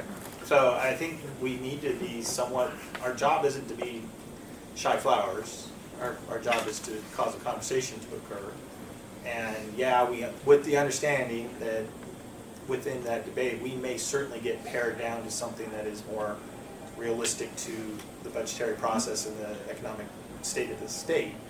But we should be at least making that conversation occur. Well, I think Eric made a very important distinction there, is that we can have these conversations, right? I mean, we aren't constrained by the processes of state government. So for us to say a big number, and we say that's what it looks like, and then just to have to backpedal later, that's all, okay, go ahead and do that, that's your process. But don't start us with a really small thing and say, well, that's it. And I guess the part that's really interesting is that we're not talking money here. Well, why not? Because we can talk about money. We can talk about it really well. And I think the other part that comes along with that is the industry can bring support too. Absolutely. Okay, so it's not just your dollars. So I guess there's another part of that, is that if you want to come with $10 million and the project is a $50 million project, don't come looking over here because you didn't ask large enough. It's like, ask what you really need. It would be very exciting to be saying, we see it to be $35–50 million. Here's why. Here's those 3 big things we're pushing at. And then there's the discussion of what give and take has to happen. Because then we're managing expectations too, right? End up with a smaller budget. Well, then we have the right, okay, how are we gonna do that now? Coming back, we set the tone that there's gonna be a bigger ask eventually, if it doesn't happen now, as opposed to the other way around. And I think some of our largest advocates within the legislature that helped us get here as well would be very disappointed if we don't make a larger ask. They'd be surprised. To Mark, along those lines, trying to be helpful here, if we really decide we'd like to do the bigger ask, what do you need from the council to back that up? Or Well, I think given where things currently lie, I think it would be wise for us to enter directly into a conversation with Dr. Golden about the concerns expressed by the council, and to collectively come up with a strategy both to communicate those concerns to the broader OEIB and to get a clearer understanding of sort of the advocacy strategy moving forward. Because as the legislation is written, we are formed under the OEIB and report to the Chief Education Officer as an independent counsel who is there to advise and to put that advisement out on the table in very clear terms. It is also the council's job and role to develop a more comprehensive strategic plan, which is something we have not yet had the opportunity to do, and we have not yet had the necessary, I think, advisory group and the expertise at the table in order to do that work, which is extensive, effectively. And that's some of the work. So without putting the cart before the horse, we have, I think, some really strong strategies that have been put forward that also came out and are backed by the work of the STEM task force, which was also a broad task force earlier. So I feel very good about the recommendations that we're putting forward, but I would suggest that what we do is have a representative group from this council have a candid conversation. I think a whole council. I don't think there's that many of us that. If we get a normal turnout, we'll have a good representative. So maybe by all council. But I do think it's important because what we've done is kind of walked into this. We haven't addressed all the issues. We haven't addressed the mathematics issue at all. I mean, 3 proposals, though they have some tangential effect on mathematics, mathematics is a critical piece of this thing, and it's really, these three things might tangentially hit it, but they're not going to systematically hit the math system. Like third grade reading. If we wanted math proficiency like we wanted reading proficiency, that's a big ask. And I imagine when you look at the number for third grade proficiency, the same kind of challenge would be for math proficiency, same kind of money. And that's not anywhere necessarily in our plans right now, but it's part of our charter, which is increase the proficiency in math. It's a six-figure lift in regards to the number of students you're trying to impact. I'd argue it's much more, it's so much broader than the STEM specific, but it is focusing on kids that probably have a significant interest or trying to get kids to have a significant interest. This is broad-based. If we're doing math stuff, that's every kid in the entire system. Absolutely. So if you're talking about tens and tens and tens, if not hundreds of millions of dollars. Well, I mean, it may be changing the way we teach. I mean, that may be more some of it may be teacher education, but part of it's the way we teach math. And again, we are advisory, and therefore I don't think it's going to hurt anybody's feelings here if we throw something against the wall and it doesn't stick. But I want to throw something against the wall. I mean, from an advisory standpoint, if we come out with our ideas around the mathematics lift and it fits Dr. Golden's strategy for how she's handling that through already, the program we heard about earlier and other ways, fantastic. I think it's more just that we see the whole thing. Yeah. Yeah, there's certainly pieces of the mathematic puzzle that are being addressed by, but there isn't a comprehensive strategy at this point to that. We've been focusing nationally on mathematics through No Child Left Behind for years, and oftentimes it's resulted in sort of math being taught slower and louder, not better. 2 plus 2. Let's try that again. Well, I liken it to being in a foreign country and not quite knowing the language, and you think if you speak English, I need to find the bathroom. That's suddenly going to make a difference. I mean, my poor kids, just a side note, my poor kids have been taught mode, mean, and median extensively for weeks at a time throughout middle school. Mm-hmm. And I finally went in and said, what the hell, right? They got it. And they said, well, it's on the test. It's one of the key areas of the test that we're being evaluated on. Teaching to the Common test. Core. So they are getting hammered on those things as opposed to anything else. So I put that out a second ago, Mark, because the lift we're talking about from a finance ask and having recommendations and advice towards the broader strategy, to me, are two pieces of the conversation with Dr. Golden. Mm-hmm. It's not that the council, I think, thinks we should ask for the biggest lift to take care of mathematics at all. Nope. But there is a lift that's significant that we should recommend. And there's the conversation about how that dovetails in with lifting mathematics through other things, if that makes sense. Yeah. To me, there's two pieces of the conversation. Go even farther back. Does Nancy want specific asks, or does she just want an overarching strategy at the 100,000-foot level? Because as we start to make asks, we plunge right down to the 10,000-foot level, saying we want this much money right here, right? Or does she just want to hear that these are our priorities, and she will decide through the normal budgetary process where how much money goes. There's a massive difference. It's about us micromanaging the STEM investments, or it's about us not. Yeah, I mean, and I'll second that. You can look at this from a very strategic perspective. In other words, how do you set the framework for success across the state, recognizing it's going to look different in different locations? Okay, and then if you set that structure, what do you actually need to do in each of those locations, and how do you fund that? Okay, well, she has to deal with all of that. What level of involvement do you want us to have? Do you want us to actually be out in the dolls telling people what they should be doing in their math class and how much money it should cost to do that? Or would you rather we say, okay, well, here's the framework that we're going to use to actually touch the people in these different locations. Here's how we allocate dollars going into those locations. Here are the measures that we need to have to ensure that the right things are happening there.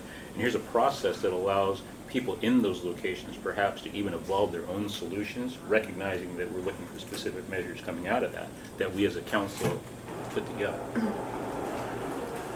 Yeah, it's definitely the latter, and I think that we've established, You really want to roll up your sleeves and go teach math? Great. Get involved, Wayne. That would be wonderful. There's several different, pieces to the a very complex system around the mathematics issues, and many of them are. We have a lot of opportunity there because there's alignment conversations happening. There's work with the Eastern Promise Replication Grants, which are really looking at getting dual credit options for high schoolers and connecting to community colleges and four-year universities around programmatic alignment, so that you ensure you earn credit and that credit actually carries you forward into counting towards a degree program. There's mathematics redesign, there's the developmental math work going on, there's some of this proficiency work going on, there's the implementation of the Common Core standards, both from an assessment and a pedagogical piece through the network of quality teaching and learning. So we've got multiple pieces there. The STEM Investment Council can I think, make strong recommendations to elevate that work and get greater coherency in that work, and to invest, to make recommendations in investment, the actual dollar amounts that get invested. I think at this point, I wouldn't have an idea of what those dollar amounts it would take. We can, and we would need, I believe, additional expertise at the table to help get into the weeds enough to do that. That, I don't believe, is where we are as a council. And there's another approach here I was just sitting here thinking about. You could approach this as we need 5, 5, and 15, just say for now. And this is helping inform us on our long-term strategy. We're trying to learn some things before we jump in and say this is the right answer. And this is a step in the right direction to put the seeds in the ground, to experiment, learn, see what kind of impact. Put the math thing aside, which we really need to have some more learning from Nancy on what her mathematics strategy is, because that's a whole strategy. This is really focusing on the science side of it, the STEM side, the engineering, the application, the hands-on kinds of things. Could approach it that way and say, this isn't the ultimate ask. This is the first ask of a plan to get to where we need to go. We need to inform. We don't really have a long-term strategy that Nancy and we agreed to. We're not going to do that in a day. But we could say we need to be very clear that this is important to put the seeds in the ground, and this is what we expect. And we can then, be honest, tell industry, we're not ready to make the big ask yet because we don't know enough. And that's not an excuse, but I think it's reality, is we're still trying. We haven't even got results from the STEM hubs to know that they're actually getting the results we're looking for. We do have some results from the STEM but hub, so I don't want to say that. You're talking long term. I mean, it takes a number of years to start turning the ship around here. So I mean, you got some results, I agree, but you have to see a couple of years of kids actually making different choices and doing things differently. Yes. If you're trying to look at metrics on this. Jim, that resonates well with me, because those numbers at least play off investments already going that we know have some good results, at least initial results, and it's not a huge jump yet. And it at least gets out on the table the other things we want to get discussed over the next year, Right. in order to really build up where Well, it and needs let's to be clear, a big ask is not going to get funded. Well, and right. frankly, we need to test some of these concepts with mathematics and some other programs and see what kind of results they get to help Nancy and others figure out what is the pathway to a better education system related to math. And let's not assume we have the answer right now, because if we have the answer, then you know what the price tag is, and we don't. So we're just kind of going like this, when the price tag may not be that high once we know how to do it. Maybe just training in it and a different way of teaching. So I guess that's where I would be comfortable, but we need to be clear in communicating that this isn't the end of the game, this is the start of it, and this is the, we need to start making the movement in this direction. We have a plan, but we haven't got a full strategy developed, which is the next step in our process.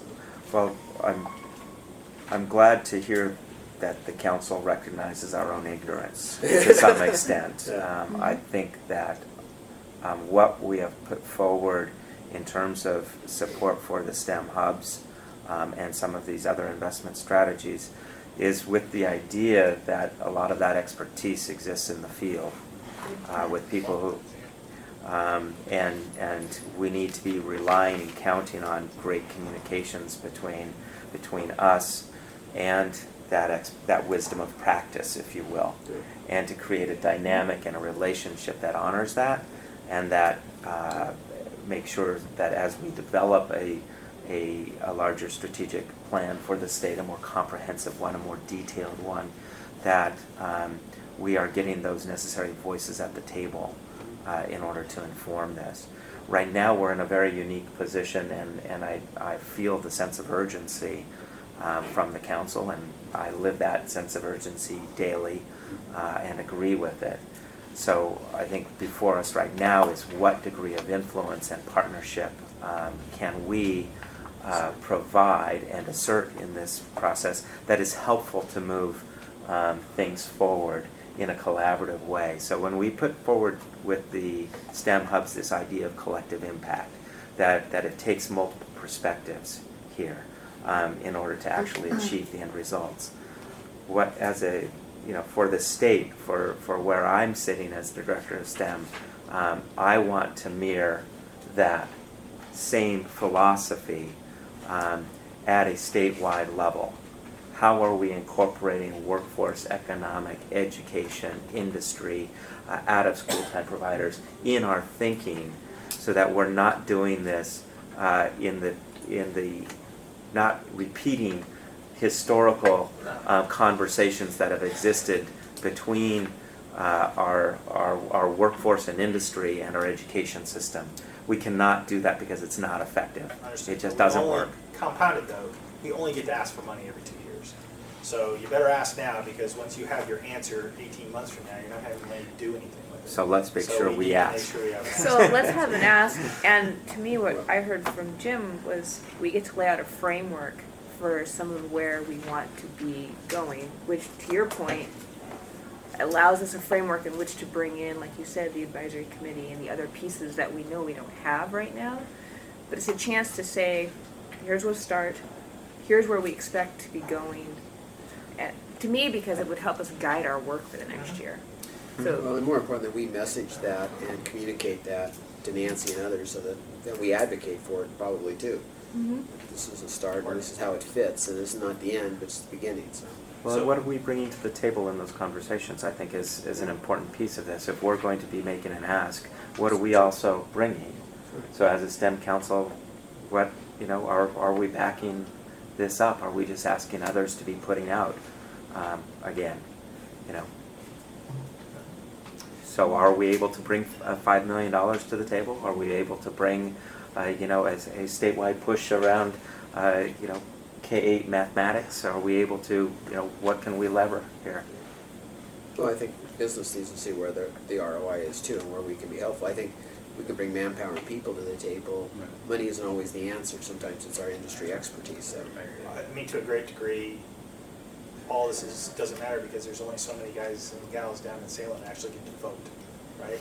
And what matters to them is that industry and voters have their back when they make a tough decision, and that they don't get voted out of office because they supported STEM. They got to know that there's going to be support for them when tough decisions have to be made. We've completely blown your entire agenda with pieces here. Not a problem. I know there's some stuff that probably can get moved to the next meeting, but Absolutely. in regards to this section 3, what are some of the critical dates as you see them before we meet again in the next 30 days? When does the OAIB expect to put numbers to their governor's budget? Secondary question I'd ask is, any new programs? Is it OAIB's intention to ask for plus-up dollars for new programs, or are they going to reallocate existing educational dollars into supporting new programs? So if we ask for $15 million, it's got to be new 15, so it's got to come from the legislature? Or is it possible that OAIB just restructures their own internal budget and funding system so that we get the 15 from existing state dollars? I just used 15 as a placeholder. Yeah, understood. I think given, new dollars are always hard, particularly, in an environment where the economy isn't growing at leaps and bounds, but it is growing. I think there's always a desire to find efficiencies within the system wherever possible, to do the work and to do it smarter and better. And I know that sounds I feel unclean just saying that. Because I was going to say, you sound very, very much like you work for an agency. Good, I'm learning. It's not a yes or no question, but Yeah. the standpoint is that do you see our ask, if we put it forward, as being new dollars that have to go through the legislature, or do you see them not, or that not being the case? Well, I think these are, we've already talked about plussing up the STEM hubs. So we're saying, okay, there was a strategic investment this last round that was $2.5 million. We believe that it's showing great promise. We would like to double down on that and go forward with another, $2.5 million. I think that sounds really reasonable. It's using the monies that were funded last time. You're asking for an increase because it's shown promise. When we're looking, we're saying the same thing around the talent development council, the post-secondary talent development space. You're saying, okay, here's what's worked in the past. We know that we have additional workforce needs. Okay, that's an easy ask. The middle piece is a tougher ask, and we. So my confusion on the process, and maybe you can educate all of us on this, is that happen? The OEIB is going to be putting forward an overarching ask from the state in regards to their total budget, right? They don't go in and say, they may have some of the details in it, but they're going to go ask for $9.3 billion from the legislature, and the legislature is going to sign off on 9.3, 8.7, whatever they have.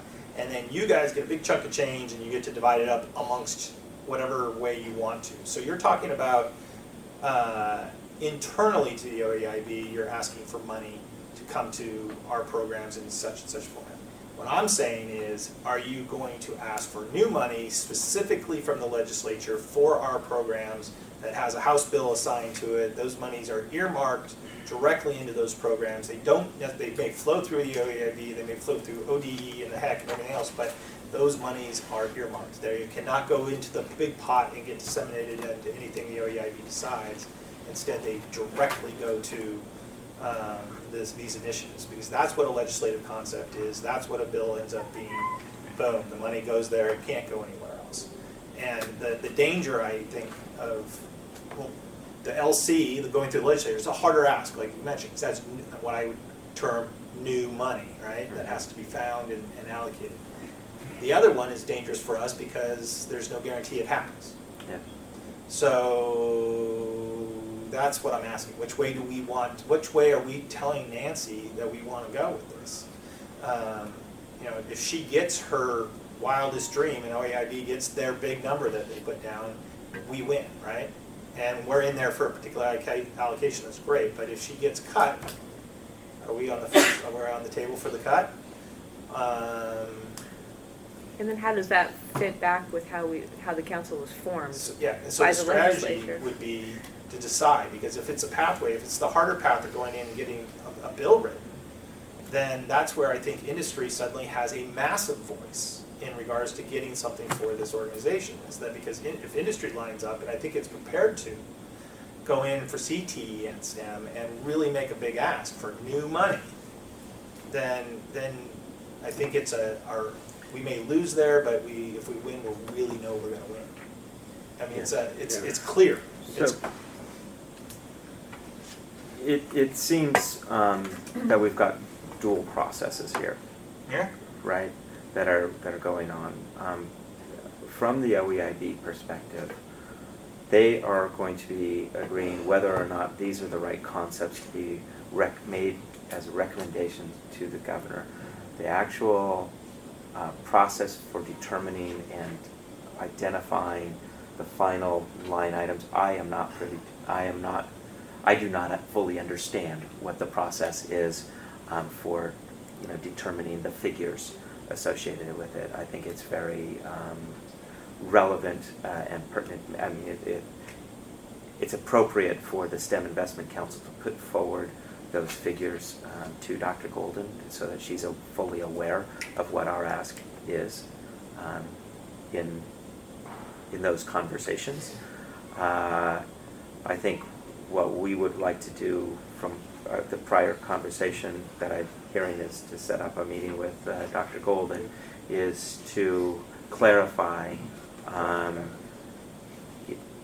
Of an the advocacy. extent of the advocacy outside of the OEIB process.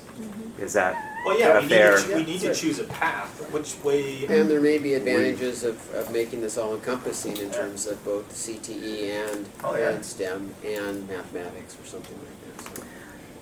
Yeah, that, in terms of legislative strategy, I don't know what will work most well with the legislature. I've heard both Legislature sides. did set it up. They said we thought STEM was important. We Yep. wanted these kind of outcomes. Now how are you going to do it? So now the question is what's the best? And the sense of urgency, sorry, the sense of urgency here is those legislative concepts. So let's say we're told to go ask for new money, right? Don't do it through the OEIB's base budget omnibus, but go find a separate LC for it. We're going to run out of time in regards to getting the LC written and sponsored and teed up at the legislative level. So this decision kind of has to happen here this month. And that's why, that was that next question. When does the OEIB make their recommended, when do we find out what the OEIB's budget is going to We be? To the governor. will understand what they will be voting on these concepts at the next OEIB meeting. Which is 23rd, 20-something. I, It's like next week, right? no, it's in October. Is it October? Yeah. There was significant buzz around meetings we had 2 weeks ago and then earlier this week in Salem about middle of this month, you better have some of this figured out. September 22nd, What's that date? legislative concepts are due. Yeah. Thank you. September 22nd? It's like next week. Next Yeah. week. Wednesday? Exactly. Oh, that's Monday. Monday? And if we miss them, That's right. you know, it's not that we can't put a bill in, I believe, again, in December and everything else, but we lose the opportunity to have an LC on record and do all the burning up the flagpole and seeing who salutes and be able to make and negotiate changes and adds and subtractions this fall, as opposed to trying to do any of that work in January when all the legislators' focus suddenly becomes everything but a very specific bill. Mark, And who owns the line item in the Nancy's budget? In other words, who would defend this number in the budget? So you have to submit something to the governor. Here's the big budget. Here's the line that says what this group is going to end up asking for. Who makes the case for that? Who defends that? Is that to you? the governor. No, to Nancy. To Nancy, yeah. To Nancy, that will be me. I think the challenge though is you've got these three ideas. STEM is kind of sprinkled through here. There'll be $1 assigned to this based on everyone's ask. Then the question is, we'll get maybe everything you get. To Eric's point, what gets cut? You know, and who makes that decision at the end of the day in terms of that? Because these are broad programs that have a STEM component, but there are other components to these things. And then ultimately, do you feel like you're in a position where you can advocate as strong as you believe the council wants you to do so, or are you going to put your job in jeopardy by pissing off the wrong people? Do you need us to? I'm asking kind of personal now. No, you need us to be in Yeah, there well, doing this, I right? think that's our job. Is That's to how it would advocate. be supported here. Yeah. It's important. I mean, these I are have, serious things. I mean, this is a lot of money. This is a big point. This is a critical point for this entire council because this is the coming out of the chute. If you don't get something done, you will drift off into the sands of irrelevancy here very rapidly, where this council will lose council members who aren't happy because nothing got done, right? And you'll lose legislators who move on and don't get reelected. We're already losing Harker, right? And you know, how quickly do we lose our support so that we miss the moment? We talked about the Oregon moment, right? 16 things or 15 things around a circle that say this is the time to be bold, this is the time to make these asks. And when those bubbles start popping, it's going to get harder and harder and harder to do. And as you know, there have been several conversations that are underway outside of the OEIB processes with industry members on the career and technical education and the STEM side. What those constituents feel that they need to put forward, I think, is their decisions to be advocating for. My role is within the the OEIB, the Office of the Chief Education Officer, and I need to honor that process and follow that process. The STEM Employers Coalition and others are certainly an important constituency to align our efforts with. And I feel very strongly that we need to align those efforts. Well, I would make the recommendation to this council to protect you and others, that we make sure that we have a strong voice and that we are in the conversations, because you wear many hats. And if you are also in charge of CTE as well as STEM, and at some junction you may have to make a Sophie's choice, I don't want you to have to be the one. I'm not in charge of CTE, No, and no, I'm not in but you're an charge of advocate STEM. for- I am the director No, of but you're STEM for an the advocate OEM. for, I am, right? And there's going to be Sophie's choices to be made at some juncture, and I think There's if already- we want our voice, we better be the ones doing it. There's already a legislative concept out there on CTE. Yeah. I mean, the people are drawing up bills and stuff Yeah. like that to raise money, so. Yeah. All right. So the 22nd was one deadline we had rolling. Do you think it's October for the governor's budget? I can check with you. So what I suggest we do is, let's get a meeting with Nancy, and we'll try to get before that as quickly as we can, and it can be either by phone or some of us in person to the extent we can do that, and let's kind of pick her brain on what she's thinking. She may have already thought through some of these strategic things. We need to know what her commitment is to the strategy and where it fits, and how we best can move it forward. So I think that's good counsel from the council, and Mark will get that set up, and we'll move that set up on. immediately. Yeah. Okay. Thanks that was a great discussion. That was good. That was the kind of serious conversation we need to have here. And, that was good. So I think it Do got you want to clear. take 5, or do we want to and allow us a conversation around the agenda, or? Yeah, why don't you do that? Yeah. That's a great. Sure, idea. let's take a 5-minute. So we've got about 30 minutes, and we got to leave about 10 minutes for public comments. So we're going to try to get through a couple of agenda items. So we're going to go to number 5 and talk a little bit about the work plan for this year. Let's assume that we get funding to move things forward, but we still have a fair amount of work to go in terms of filling out our agenda. And so what we included here was some potential goals for considering to get done this year, and just like to get your feedback, input, thoughts on what else we should add or take off this list, and maybe a little bit about priorities. So just look at the list for a minute or so. Look at the list, kind of think about what you think are the most important things to work on, and let's see if there's anything, first of all, missing, or things you would take off the list. And maybe we'll do that priority. So, Right here, 5. I'd move create comprehensive strategic plan to the first bullet. based on our last discussion, something we've learned a lot over the last year, but clearly it's something we need to get working on in terms of how this all fits, and ensure that we have a long-term plan to address the needs that we're supposed to address. We might even be able to sub-bullet some of these under maybe 3 broader goals. Okay? To me, key metrics and set targets can almost be not tactical. I know there's a strategy there, but that's going to be done as part of the Strategic plan, that's got to be part of that. There's actually creating the strategic plan, and then there's also forming the framework for which we are working, and that is where the advisory committee and maybe some other things come in.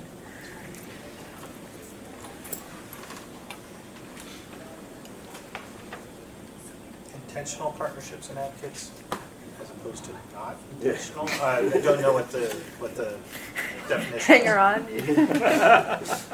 Well, I think that there's partnerships that already exist, and there's partnerships that we need to develop. New partnerships. New partnerships. Okay. What are those ones that we need to be reaching for? If we're looking at a more holistic approach to STEM and CTE and that connection, then we need to be much more intentional about connecting to the workforce investment boards. We need to be reaching out to labor and industry, bringing different people together around that conversation.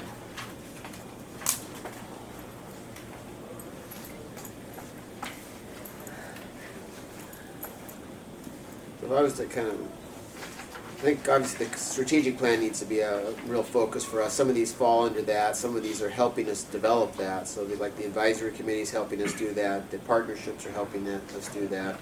metrics was something we'll have to have. So there's a whole stream of work stream around building the strategic plan. So we'll organize that. Funding, we've already had that conversation, so we obviously got to figure that out. And that's almost a separate track. Anything else that we ought to, the infrastructure to monitor, and that's important. That's, again, part of the plan, I think, is that we want to look at a comprehensive plan. It would have outcomes, metrics, and infrastructure to support that. So it's an operational framework Yeah. from a company perspective. Yeah. Anything missing? So what we'll do is we'll reorganize this into a work stream so that it follows the typical business model where we start with the strategic plan, then we get to key strategies, and then some of the support stuff that we need to have to make the plan work. And then I think there is this need, as we talked about earlier, we've got to get aligned with Nancy. If this is the long-term strategy, this is the comprehensive plan strategy, we've got to get agreement that we have alignment with Nancy on what that plan is. So we've got to get it to we got the two outcomes that we know we're supposed to get, which is more STEM degrees and more proficiency in math and science. So we have to focus to make sure we accomplish those goals, and then assure that this plan will achieve those goals, and then we got to get Nancy to see if she's going to buy into it. So I don't know if we just do what we think was right and we'll deliver it to her, or we work collaboratively in a kind of a process, but we can kind of work with it. It might be a question we could ask Nancy when we meet with her also. Jim, what if we considered bringing a framework outline of this into that discussion with her? It's a good idea. And part of it could be also how she'd like to work for this biennium, but also the next biennium. You know, she may have some thoughts on what you were saying, whether this stays, let's say it stays internal to OAB this time around, but perhaps there is an LC next time. We can at least open the door to that. That's a good point. You mentioned something offhand in the hallway that I think it's important that we understand too, though, is how many of us can be in a room with Nancy before it's a public meeting? If there's a quorum, if we all of a sudden have a quorum, there's a problem, right? That's true, yeah. So there's 9 of us, so we can only have 4 representatives in the room before there's problems. Because no decision making can happen, right? No decision making, yeah. So, okay, just so that we make sure that when we call that meeting, we figure out some of those logistics. Eric. No, I think Everybody understands the that. process. Again, my job's a suicide bomb. Then everybody else goes in and fixes it. Right? So Let's not open with that, Eric. Not a good start. I'm done. That's not fair. Somebody else has got to speak. Does that mean it's a one-time thing? No. Oh. No, see, he's like a cat. 9 times, yes. And I'm on about 6 this Okay, year. we'll work on that. This week? Yeah, this week. Okay, well, I will definitely be there, and Okay, and that'll be a couple more. So. Okay, so we will flesh this out a little bit more, talk about what we want to accomplish, make sure Nancy's aligned with that. As we meet with her, we'll just talk about our general thoughts on working on this. We really do need to get working on the components. I think our October meeting really ought to focus on getting our sleeves rolled up on what a strategic plan looks like. And I think there's some great models. There's some things like what's going on in Massachusetts and other places that we can draw on to see what a good strategy looks like. So, not opposed to stealing great ideas. So there's a number of these things that have been done across the country, and we got to pick out the best of those things and get that material to us to look at. So I think you gave us the Massachusetts, which was interesting. Yeah. There's others that sounds like that got strategic plans around STEM. There's several states that have strategic plans. As you, the council knows, we're part of a multi-state network called STEMX, 19 states, and we're in regular communications with them. I'll reach out to them around who feels like they have some comprehensive strategic plans in place. Joe Oshiro did some research around several of the states already and reviewed some of those plans. Massachusetts has come up before. There's a couple of other states that we need to look more closely at. Some of their plans, again, were really quite unique as a state because of the way we're trying to transform this. Most of them are either from a business community perspective or from a higher education perspective that is driving that, and you get different flavors that way. And so this is, it'll look a little different. Well, but at the end of the day, that's the outcomes we're looking for. We've Yep. got to produce the type of students and graduates that we're looking for. Absolutely. Okay, so let's, we will do that, and that'll be scheduled for October, and we'll reorganize this in a way that makes sense from a strategic plan, and we'll talk to Nancy about that when we meet with her also. All right, let's move on to the next part of the agenda, which I think you wanted to cover, Mark. Yeah. Well, Subcommittees on, I think that's on number 6. well, I think, you know, a lot of things have come up over our conversations last year, and then looking at sort of the various needs that are going to support the development of a strategic plan, and to also, you know, build a broader, I guess, advocacy base for the work that we're doing. And so I just put together, you know, a proposal that you know, in order to move this work forward, we need to also be doing some things offline that are feeding into the bigger process, and this is where I'm asking for help from the council to lead some of these efforts. And I put 4 broad categories down there for the audience. Those 4 categories, as just sort of for discussion at this point, are around data and metrics, around communications and advocacy, around partnership development, both from, you know, the industry partnerships, the human capital, intellectual capital, the financial resources, working with philanthropy and other donors who could support this effort in different ways, and then looking at you know, research and effective practices that then you know, really are going to be tied directly to the STEM hubs and the investments. And some of these may be too early to you know, get some of these started, but this is something that you know, are these ones that feel right, or should we be doing something else? Let me ask a process question. Let's just take data and metrics, which we know is going to be important. Would you see a council member being kind of a lead in that area, but where's the staff coming to help do the research and the work? I don't think that council members are going to be equipped to take that on if they don't have staff to do it. So how do you see that happening? No, good question. So one of the things, after speaking with the employment department and getting the data the very first time around, the critical question that exists in this is, what is a STEM job? What is a STEM degree? Is that enough? Should we be doing STEM courses, knowing that many STEM degrees, people work in STEM jobs, not necessarily in their minds they're directly tied, but from the way the data is counted, there is not a strong correlation. And this is, again, what plays out on the national stage is you start saying, you hear the data that, oh, we already have more than enough engineers in the pipeline, or 70% of the engineers aren't working in an engineering field, which is counter to what we hear from industry and what we hear from the employee themselves. So there's a lot of confusion out there. Many definitions don't include healthcare in the definitions of STEM. So we need to have a group that is pulling different people Where's the together. staff come from? How's the staff? How's that all happen? That's a great conversation, but who's gonna? Yeah. Audrey she's biting at the bit to do data and metrics. I know it. She's gonna want to know how that happens, because she didn't have all the expertise. Yeah. And So- we have money to go get it. If I have to call Eco Northwest, I could take care of this, but I need 20 grand. Oh, God. That's right. So don't look to me, but to fully staff that, I would certainly be involved, because I love data. We have some capacity at the OEIB now to help with that, and on the research agenda side of things. And what we've talked about internally is pulling together the employment department workforce, the institutional researchers from our post-secondary institutions, et cetera, both public and private. So to have essentially, that the way you conversations. play this out is there's some industry experts in this area, whether government and you'd bring them together. One of the council members would chair that meeting or be at that meeting, collect the input, make sure the questions are being answered, and ultimately be the sponsor, but not necessarily the expert in that field.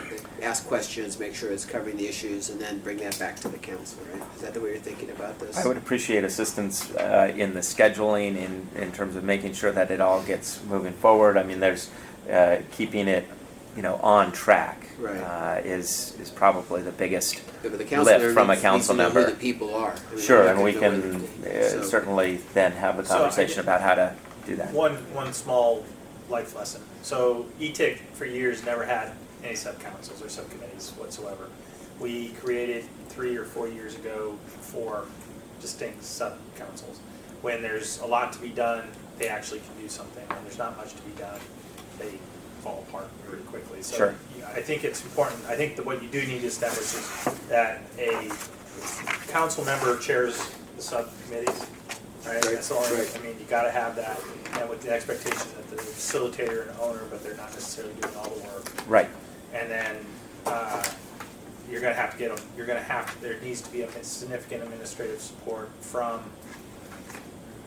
whoever we have to facilitate it, because without Michelle Vitale over at the system, our sub-councils at ETIC would fall apart in a heartbeat. There needs to be that scheduled phone call, that scheduled meeting, that scheduled, all that support doesn't get done from a committee chair very easily. Yeah. So, this might be a stupid question, because it would seem like Dr. Golden trying to put together the bigger educational strategy would be, in fact, needing this information. So maybe part of our conversation with her is her thought of how she's getting this done within the OAB staffed people. And I know that we might need a special slice have or review. Yeah. Did you make a budgetary ask for the next biennium in regards to staff to help you out at all? For one additional FTE. Okay. And this kind of, would this fall under their job description, or did you define the job description that closely? It depends on to what extent we're managing grant dollars. It's probably backbone more than anything else to support the hubs and other things, right? Right. I think we can get the administrative support and also some of the support, the intellectual support on the data and the research pieces. And this could be where our advisory committee comes into, for those folks who maybe already have direct access to all that kind of information. I'm looking at the whole list, not just data and metrics. Yeah. This is another place to pull. Okay. When do you want to establish, I mean, these look like obvious starting points. They may fracture or condense depending on our experiences. When do you want to get this formed and staffed by?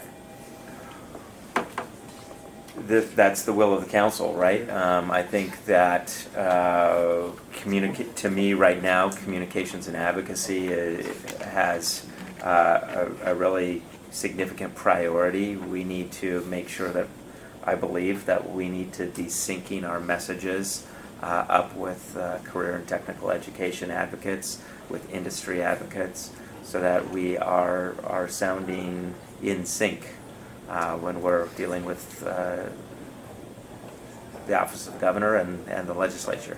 My concern is that we're so early in regards to not having a clear, necessarily defined strategic message, that if you put a subcommittee together right now, communications advocacy, they're going to go, I don't want to say rogue, but they're going to be put in position to be making policy on the fly as they're being put in positions, because we don't have it clearly defined to hand over to the subcommittee and say, enact this. Instead, they're going to be constantly put in a position to make decisions, and that would be concerning. It could be our first few people that meet with Nancy or Dr. Golden are in fact this initial. I think that, yeah.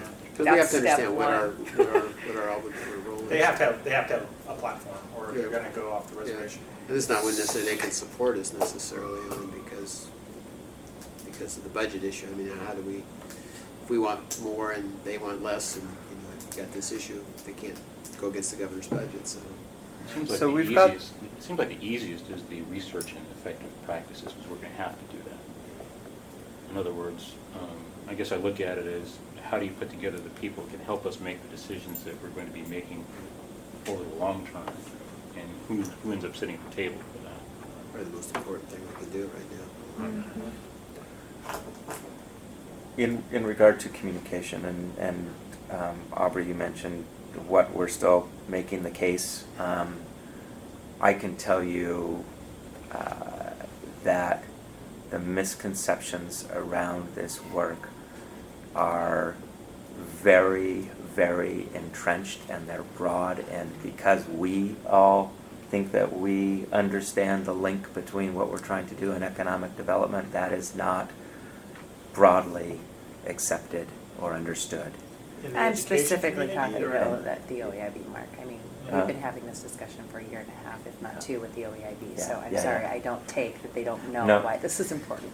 Yeah, I would argue. Sorry. You just espoused everybody in the agencies. You didn't espouse everybody in leadership, anybody in the public. You just hit the middle management role that doesn't want to change, in my opinion. I mean, I'm with her. I mean, we've been admiring this problem for 3-4 years. Oh, longer than that. Decade. A decade. You know that, and I know that My you've reference got to was pull okay. people along, Sorry. but I know. nobody voted no against the formation of the STEM Council in the legislature. Nobody did, right? And the concerns that came up were extraordinarily minor. Instead, it passed bipartisanly with great support, and now they're sitting there asking us, what are we doing with it? Mm-hmm. So, to her point, I think there's lots of people who know exactly what we're supposed to be doing and wonder why it's not happening. I have a different take on that. Yeah. I think that people connect, and it's a natural, they hear what they interests them, and will advocate for what interests them.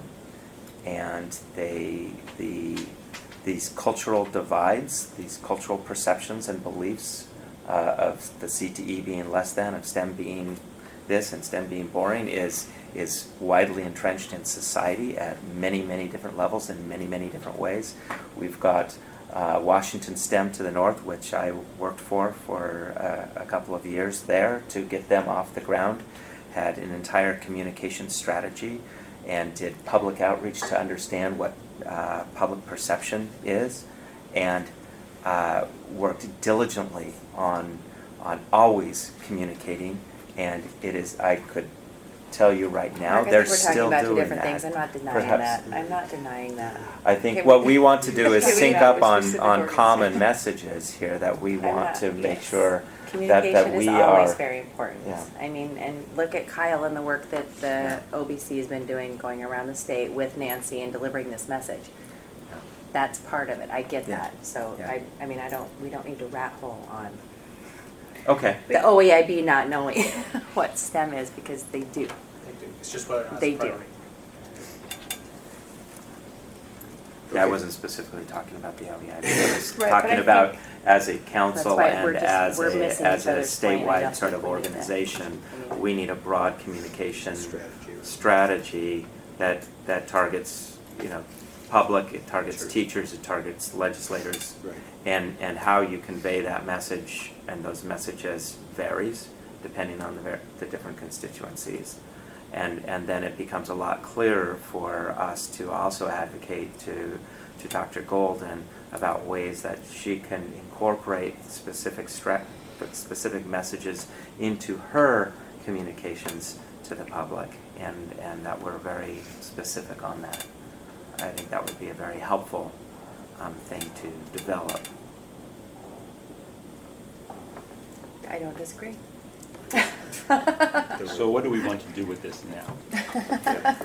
Do we want to have people? Assign So I think we people or what? prioritize, assign, and then flesh out what is the deliverable at some point, but not this meeting. I think we. I think the question is really where's, these might be the right items in prioritization. We're also going to figure out how we staff them too, because without staff, it's not going to your point, it's not going to happen. So we'll take that offline, and we'll kind of come back to you through emails and see what your interest is, and try to define this, and I'll work with Mark on getting that to happen. Okay. I'll volunteer for one. Which would be Put me interesting. on communications and advocacy.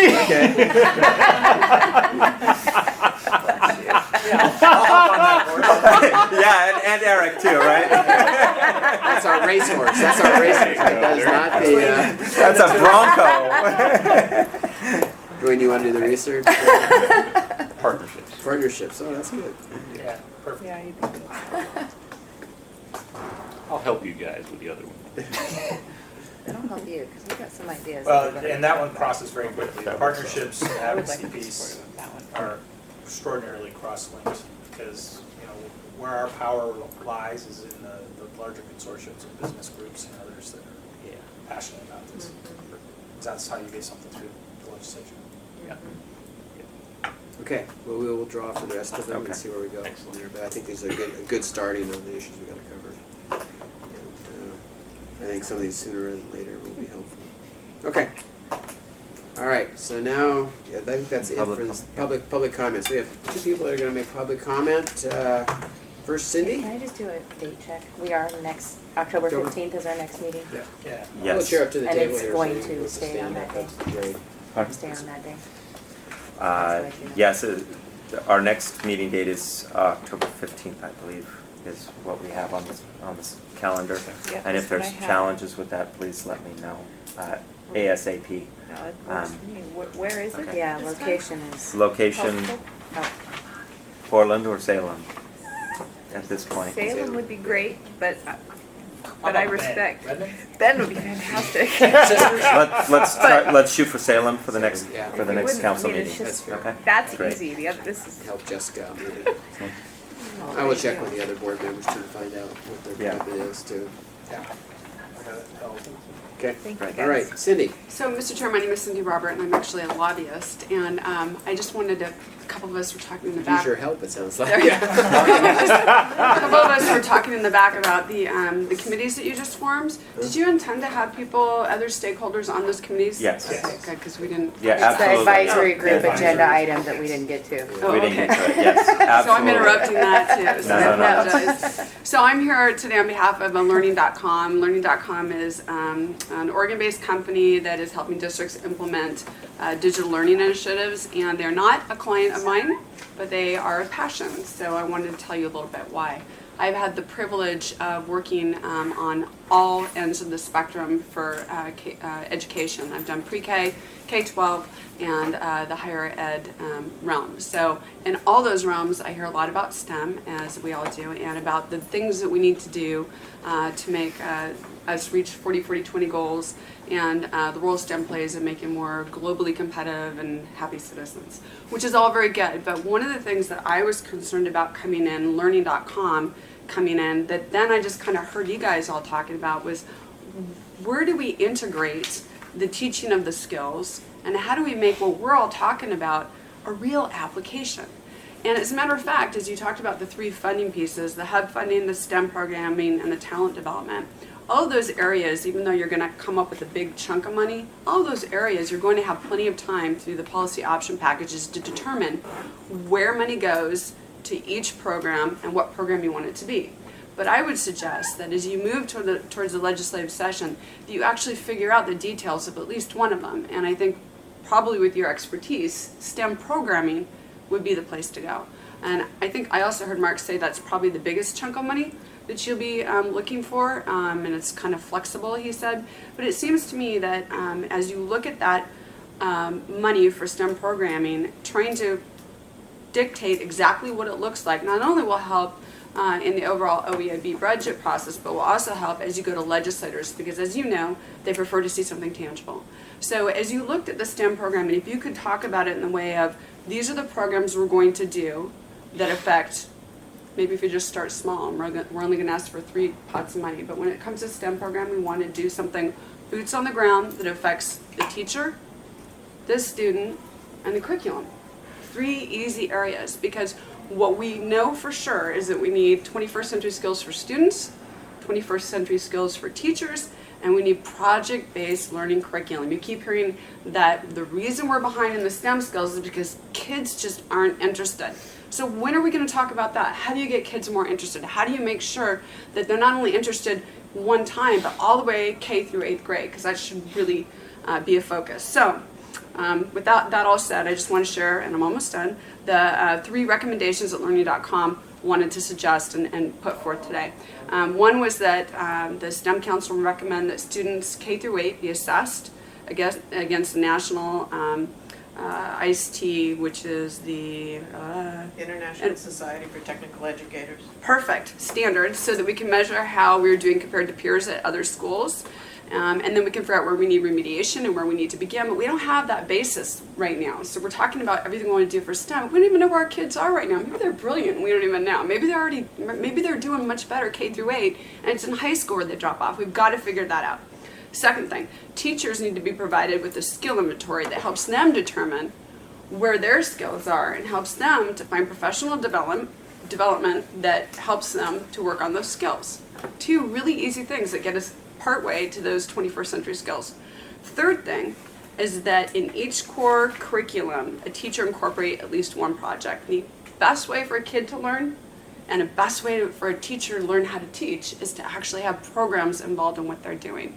So that being said, I wanted you to know that the learning.com wants to help in any way we can, and we actually believe that consideration of a formation of some kind of advisory council of the people who do this work in the classroom. I don't know if I'm going to call it a vendor group or a software group or an actual curriculum group, but to have a group come together not only might help advise you better on what we can do at all the different grades for STEM and doing something for the teachers, the students, and the curriculum, but might also have them work a little bit harder to integrate their packages so they can go out to the hubs and say, this is what we recommend you do on the ground, getting projects done, tangible programs that STEM can advocate for. Am I wrong to think that the advisory groups that we'd be pulling together would include companies exactly like that? Like learning.com or individuals from companies like that? I think we've got 2 advisory functions that we should consider. One is sort of representative groups here who sit with us at the table we've talked about, but then also within the work of the committees that we're bringing in a much broader groups to talk about very similar types of items. Yeah, and this is certainly directly tied to effective practices and what's out there in terms of research and feed that into the STEM Hub network. You know, one of the things my friend Brian Rose said about this was that there's so many education companies in Oregon that are based in STEM, and that they'd all love to sit down and help, and maybe that leverages some money in the long run too. Just a question, is learning.com a project-based curriculum, or is it multi-skilled, or what is? It's really 3 things. First of all, it's the cyber citizenship for students, and I think one of the things we talked about at the CT meeting, there's actually federal funding for that. The state is not really taking advantage of, so we're kind of talking about how to better do that. So one piece is the cyber citizenship, teaching kids the skills they need, also teaching kids how to use those skills correctly, because sometimes they don't. Another piece is the teacher piece, making sure that teachers have the skills they need. And the other piece is when a teacher who's been teaching reading for a long time says, I got to put STEM in here somewhere, how do you do that? There's a platform that learning.com uses that allows them to go in and talk about what they want for reading and look around and say, oh, I want that Discovery channel video, and I want that PDF, and I want this interview, and I'm going to put it all together, and they put it together there on the platform, and it becomes a classroom project and a class course for them. Sounds like something the professionals, the industry folks who are being asked to go in and teach could maybe draw from. Like, what do I do? What do I use? And that's interesting you say that, because it's one of the things I found doing the CTE piece too, and I've been working with Representative Bruden's group on the CTE licensure piece and how to get that fixed. But when it comes to CTE, that's very much where we need to bring people from outside in. I mean, that's where we're focused. But when it comes to STEM, we already have the people there. We just need to make sure they have the skills. Thank you. Thank you very much, Lisa. Pat, Ryan. That's me. Yeah, okay. I don't mean to be rude not to come to the table. I had knee surgery in June. Yeah, okay. You can say that, it's So fine. I'm a little bit recovering. Yeah. I had a couple questions. It has to do more with the budget thing. Well, if you look at the state budget from the previous biennial, divide it by 2, and then you come up with the figure of what they would be giving the education unit for 1 year. why don't you just take 25% of the education budget for your calculation? And then also figure in the increase of fuel costs that has happened in the last 3 years, as well as the increase of the medical health care. That's all I have to say. Thank you, thank you. Thought-provoking idea. I like a percentage of the school budget. Well, yeah. Even 1% of the school budget. Well, this one, 0.5% for STEM. Not 0.5% for STEM, 1% for STEM. It is a huge amount of money for the, and you would think you'd be able to shame people into making such I a small suggested that to investment. Portland Schools Foundation about 5 years ago. It's what, 5 You already billion? have a slide deck. 9 9 billion? if you go K-20. K through 20, 9 billion. 9 billion, you divide that in half, so it's about 5 billion Yeah. biennium. 1% of 5 billion, I'll take it. Okay, 0.5%. Okay, thank you very much for that input. Thank you. Any other Percentage target, whether you do it or not. comment? Any other comments from the public? Well, we have a lot of work to do. I think this was a good we've been away from each other, and I think we had a little bit of energy, and it was good to see. I think we're all learning the legislative process. We were pretty short, a third of our group today or more. Yeah. We need to get Jessica and her Fred briefed in, and I think Tom. Just sign him up for those 4. Yeah, Yeah, that's right. yeah, exactly. How did I become chair of UTIC? I didn't show up to the meeting. So I think Right there, right. these are our committee leaders right here.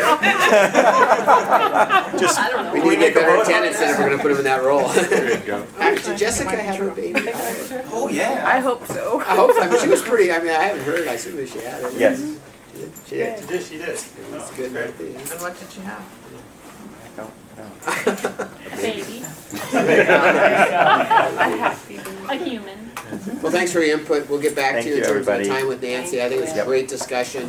We've got a lot of work ahead of us this year, and I think we have to think about this as a journey. You know, we've been at this not even a year, and I think we're still trying to feel our way to what our responsibility is. And I think after a year now, talking with Nancy, get a sense of what our role is and how we fit with her is important, because at the end of the day, as you look at the charter, we have to have a long-term strategy, and obviously not only a strategy, but a way to execute the strategies is important. So. And I just want to make it clear, any of my comments aren't about being down on the mission or being down where we're going, or I just want to make sure we have some artificial airlocks put in front of us by the system, that if we do not bust through here, we're liable to suffer long-term consequences. Well, and as I mentioned earlier, there's discussions like CTE and others about legislative strategies to get funding for certain things that are outside the OEIB process, and kind of how's that fit with us, and what is our role, and where does that play if they're going to go do that and get industries doing their own funding, and we're here and we're part of OEIB. Is that from the legislative's perspective, it doesn't look like we're coordinated, Right. and I think that's what we've got to be aware of. The legislature wants this clean. They want it tied with a bow, and they want to make sure that there's support for it across all sectors. So it's not helpful for kind of internal fighting over money as opposed to what the And I think outcome. we took a good step, just so you know, last week on that issue, and started that process. So I think, and we're going to have continued meetings on it here moving forward, and I think we had a receptive audience on both sides of making sure we don't confuse that. So nobody seems to be building forts around there. I think we all have the right intentions in Yeah. mind. Which what's the way to get there? Yeah. We got to learn. We got to be a learning organization. So. Well, and I think people still don't know how to deal with the OEIB because it's not gone It's not through just one of us. these, right? So we don't know how to, the budgetary process is. Well, and maybe after you talk to Nancy, we want to go the other direction and carve out a certain set of funding to be clear about it. So it's a good question. So. Okay, well, thank you very much. Thanks to all who participated. I'm sure you got to witness council working through its growing, but a good discussion. Thank you all. You're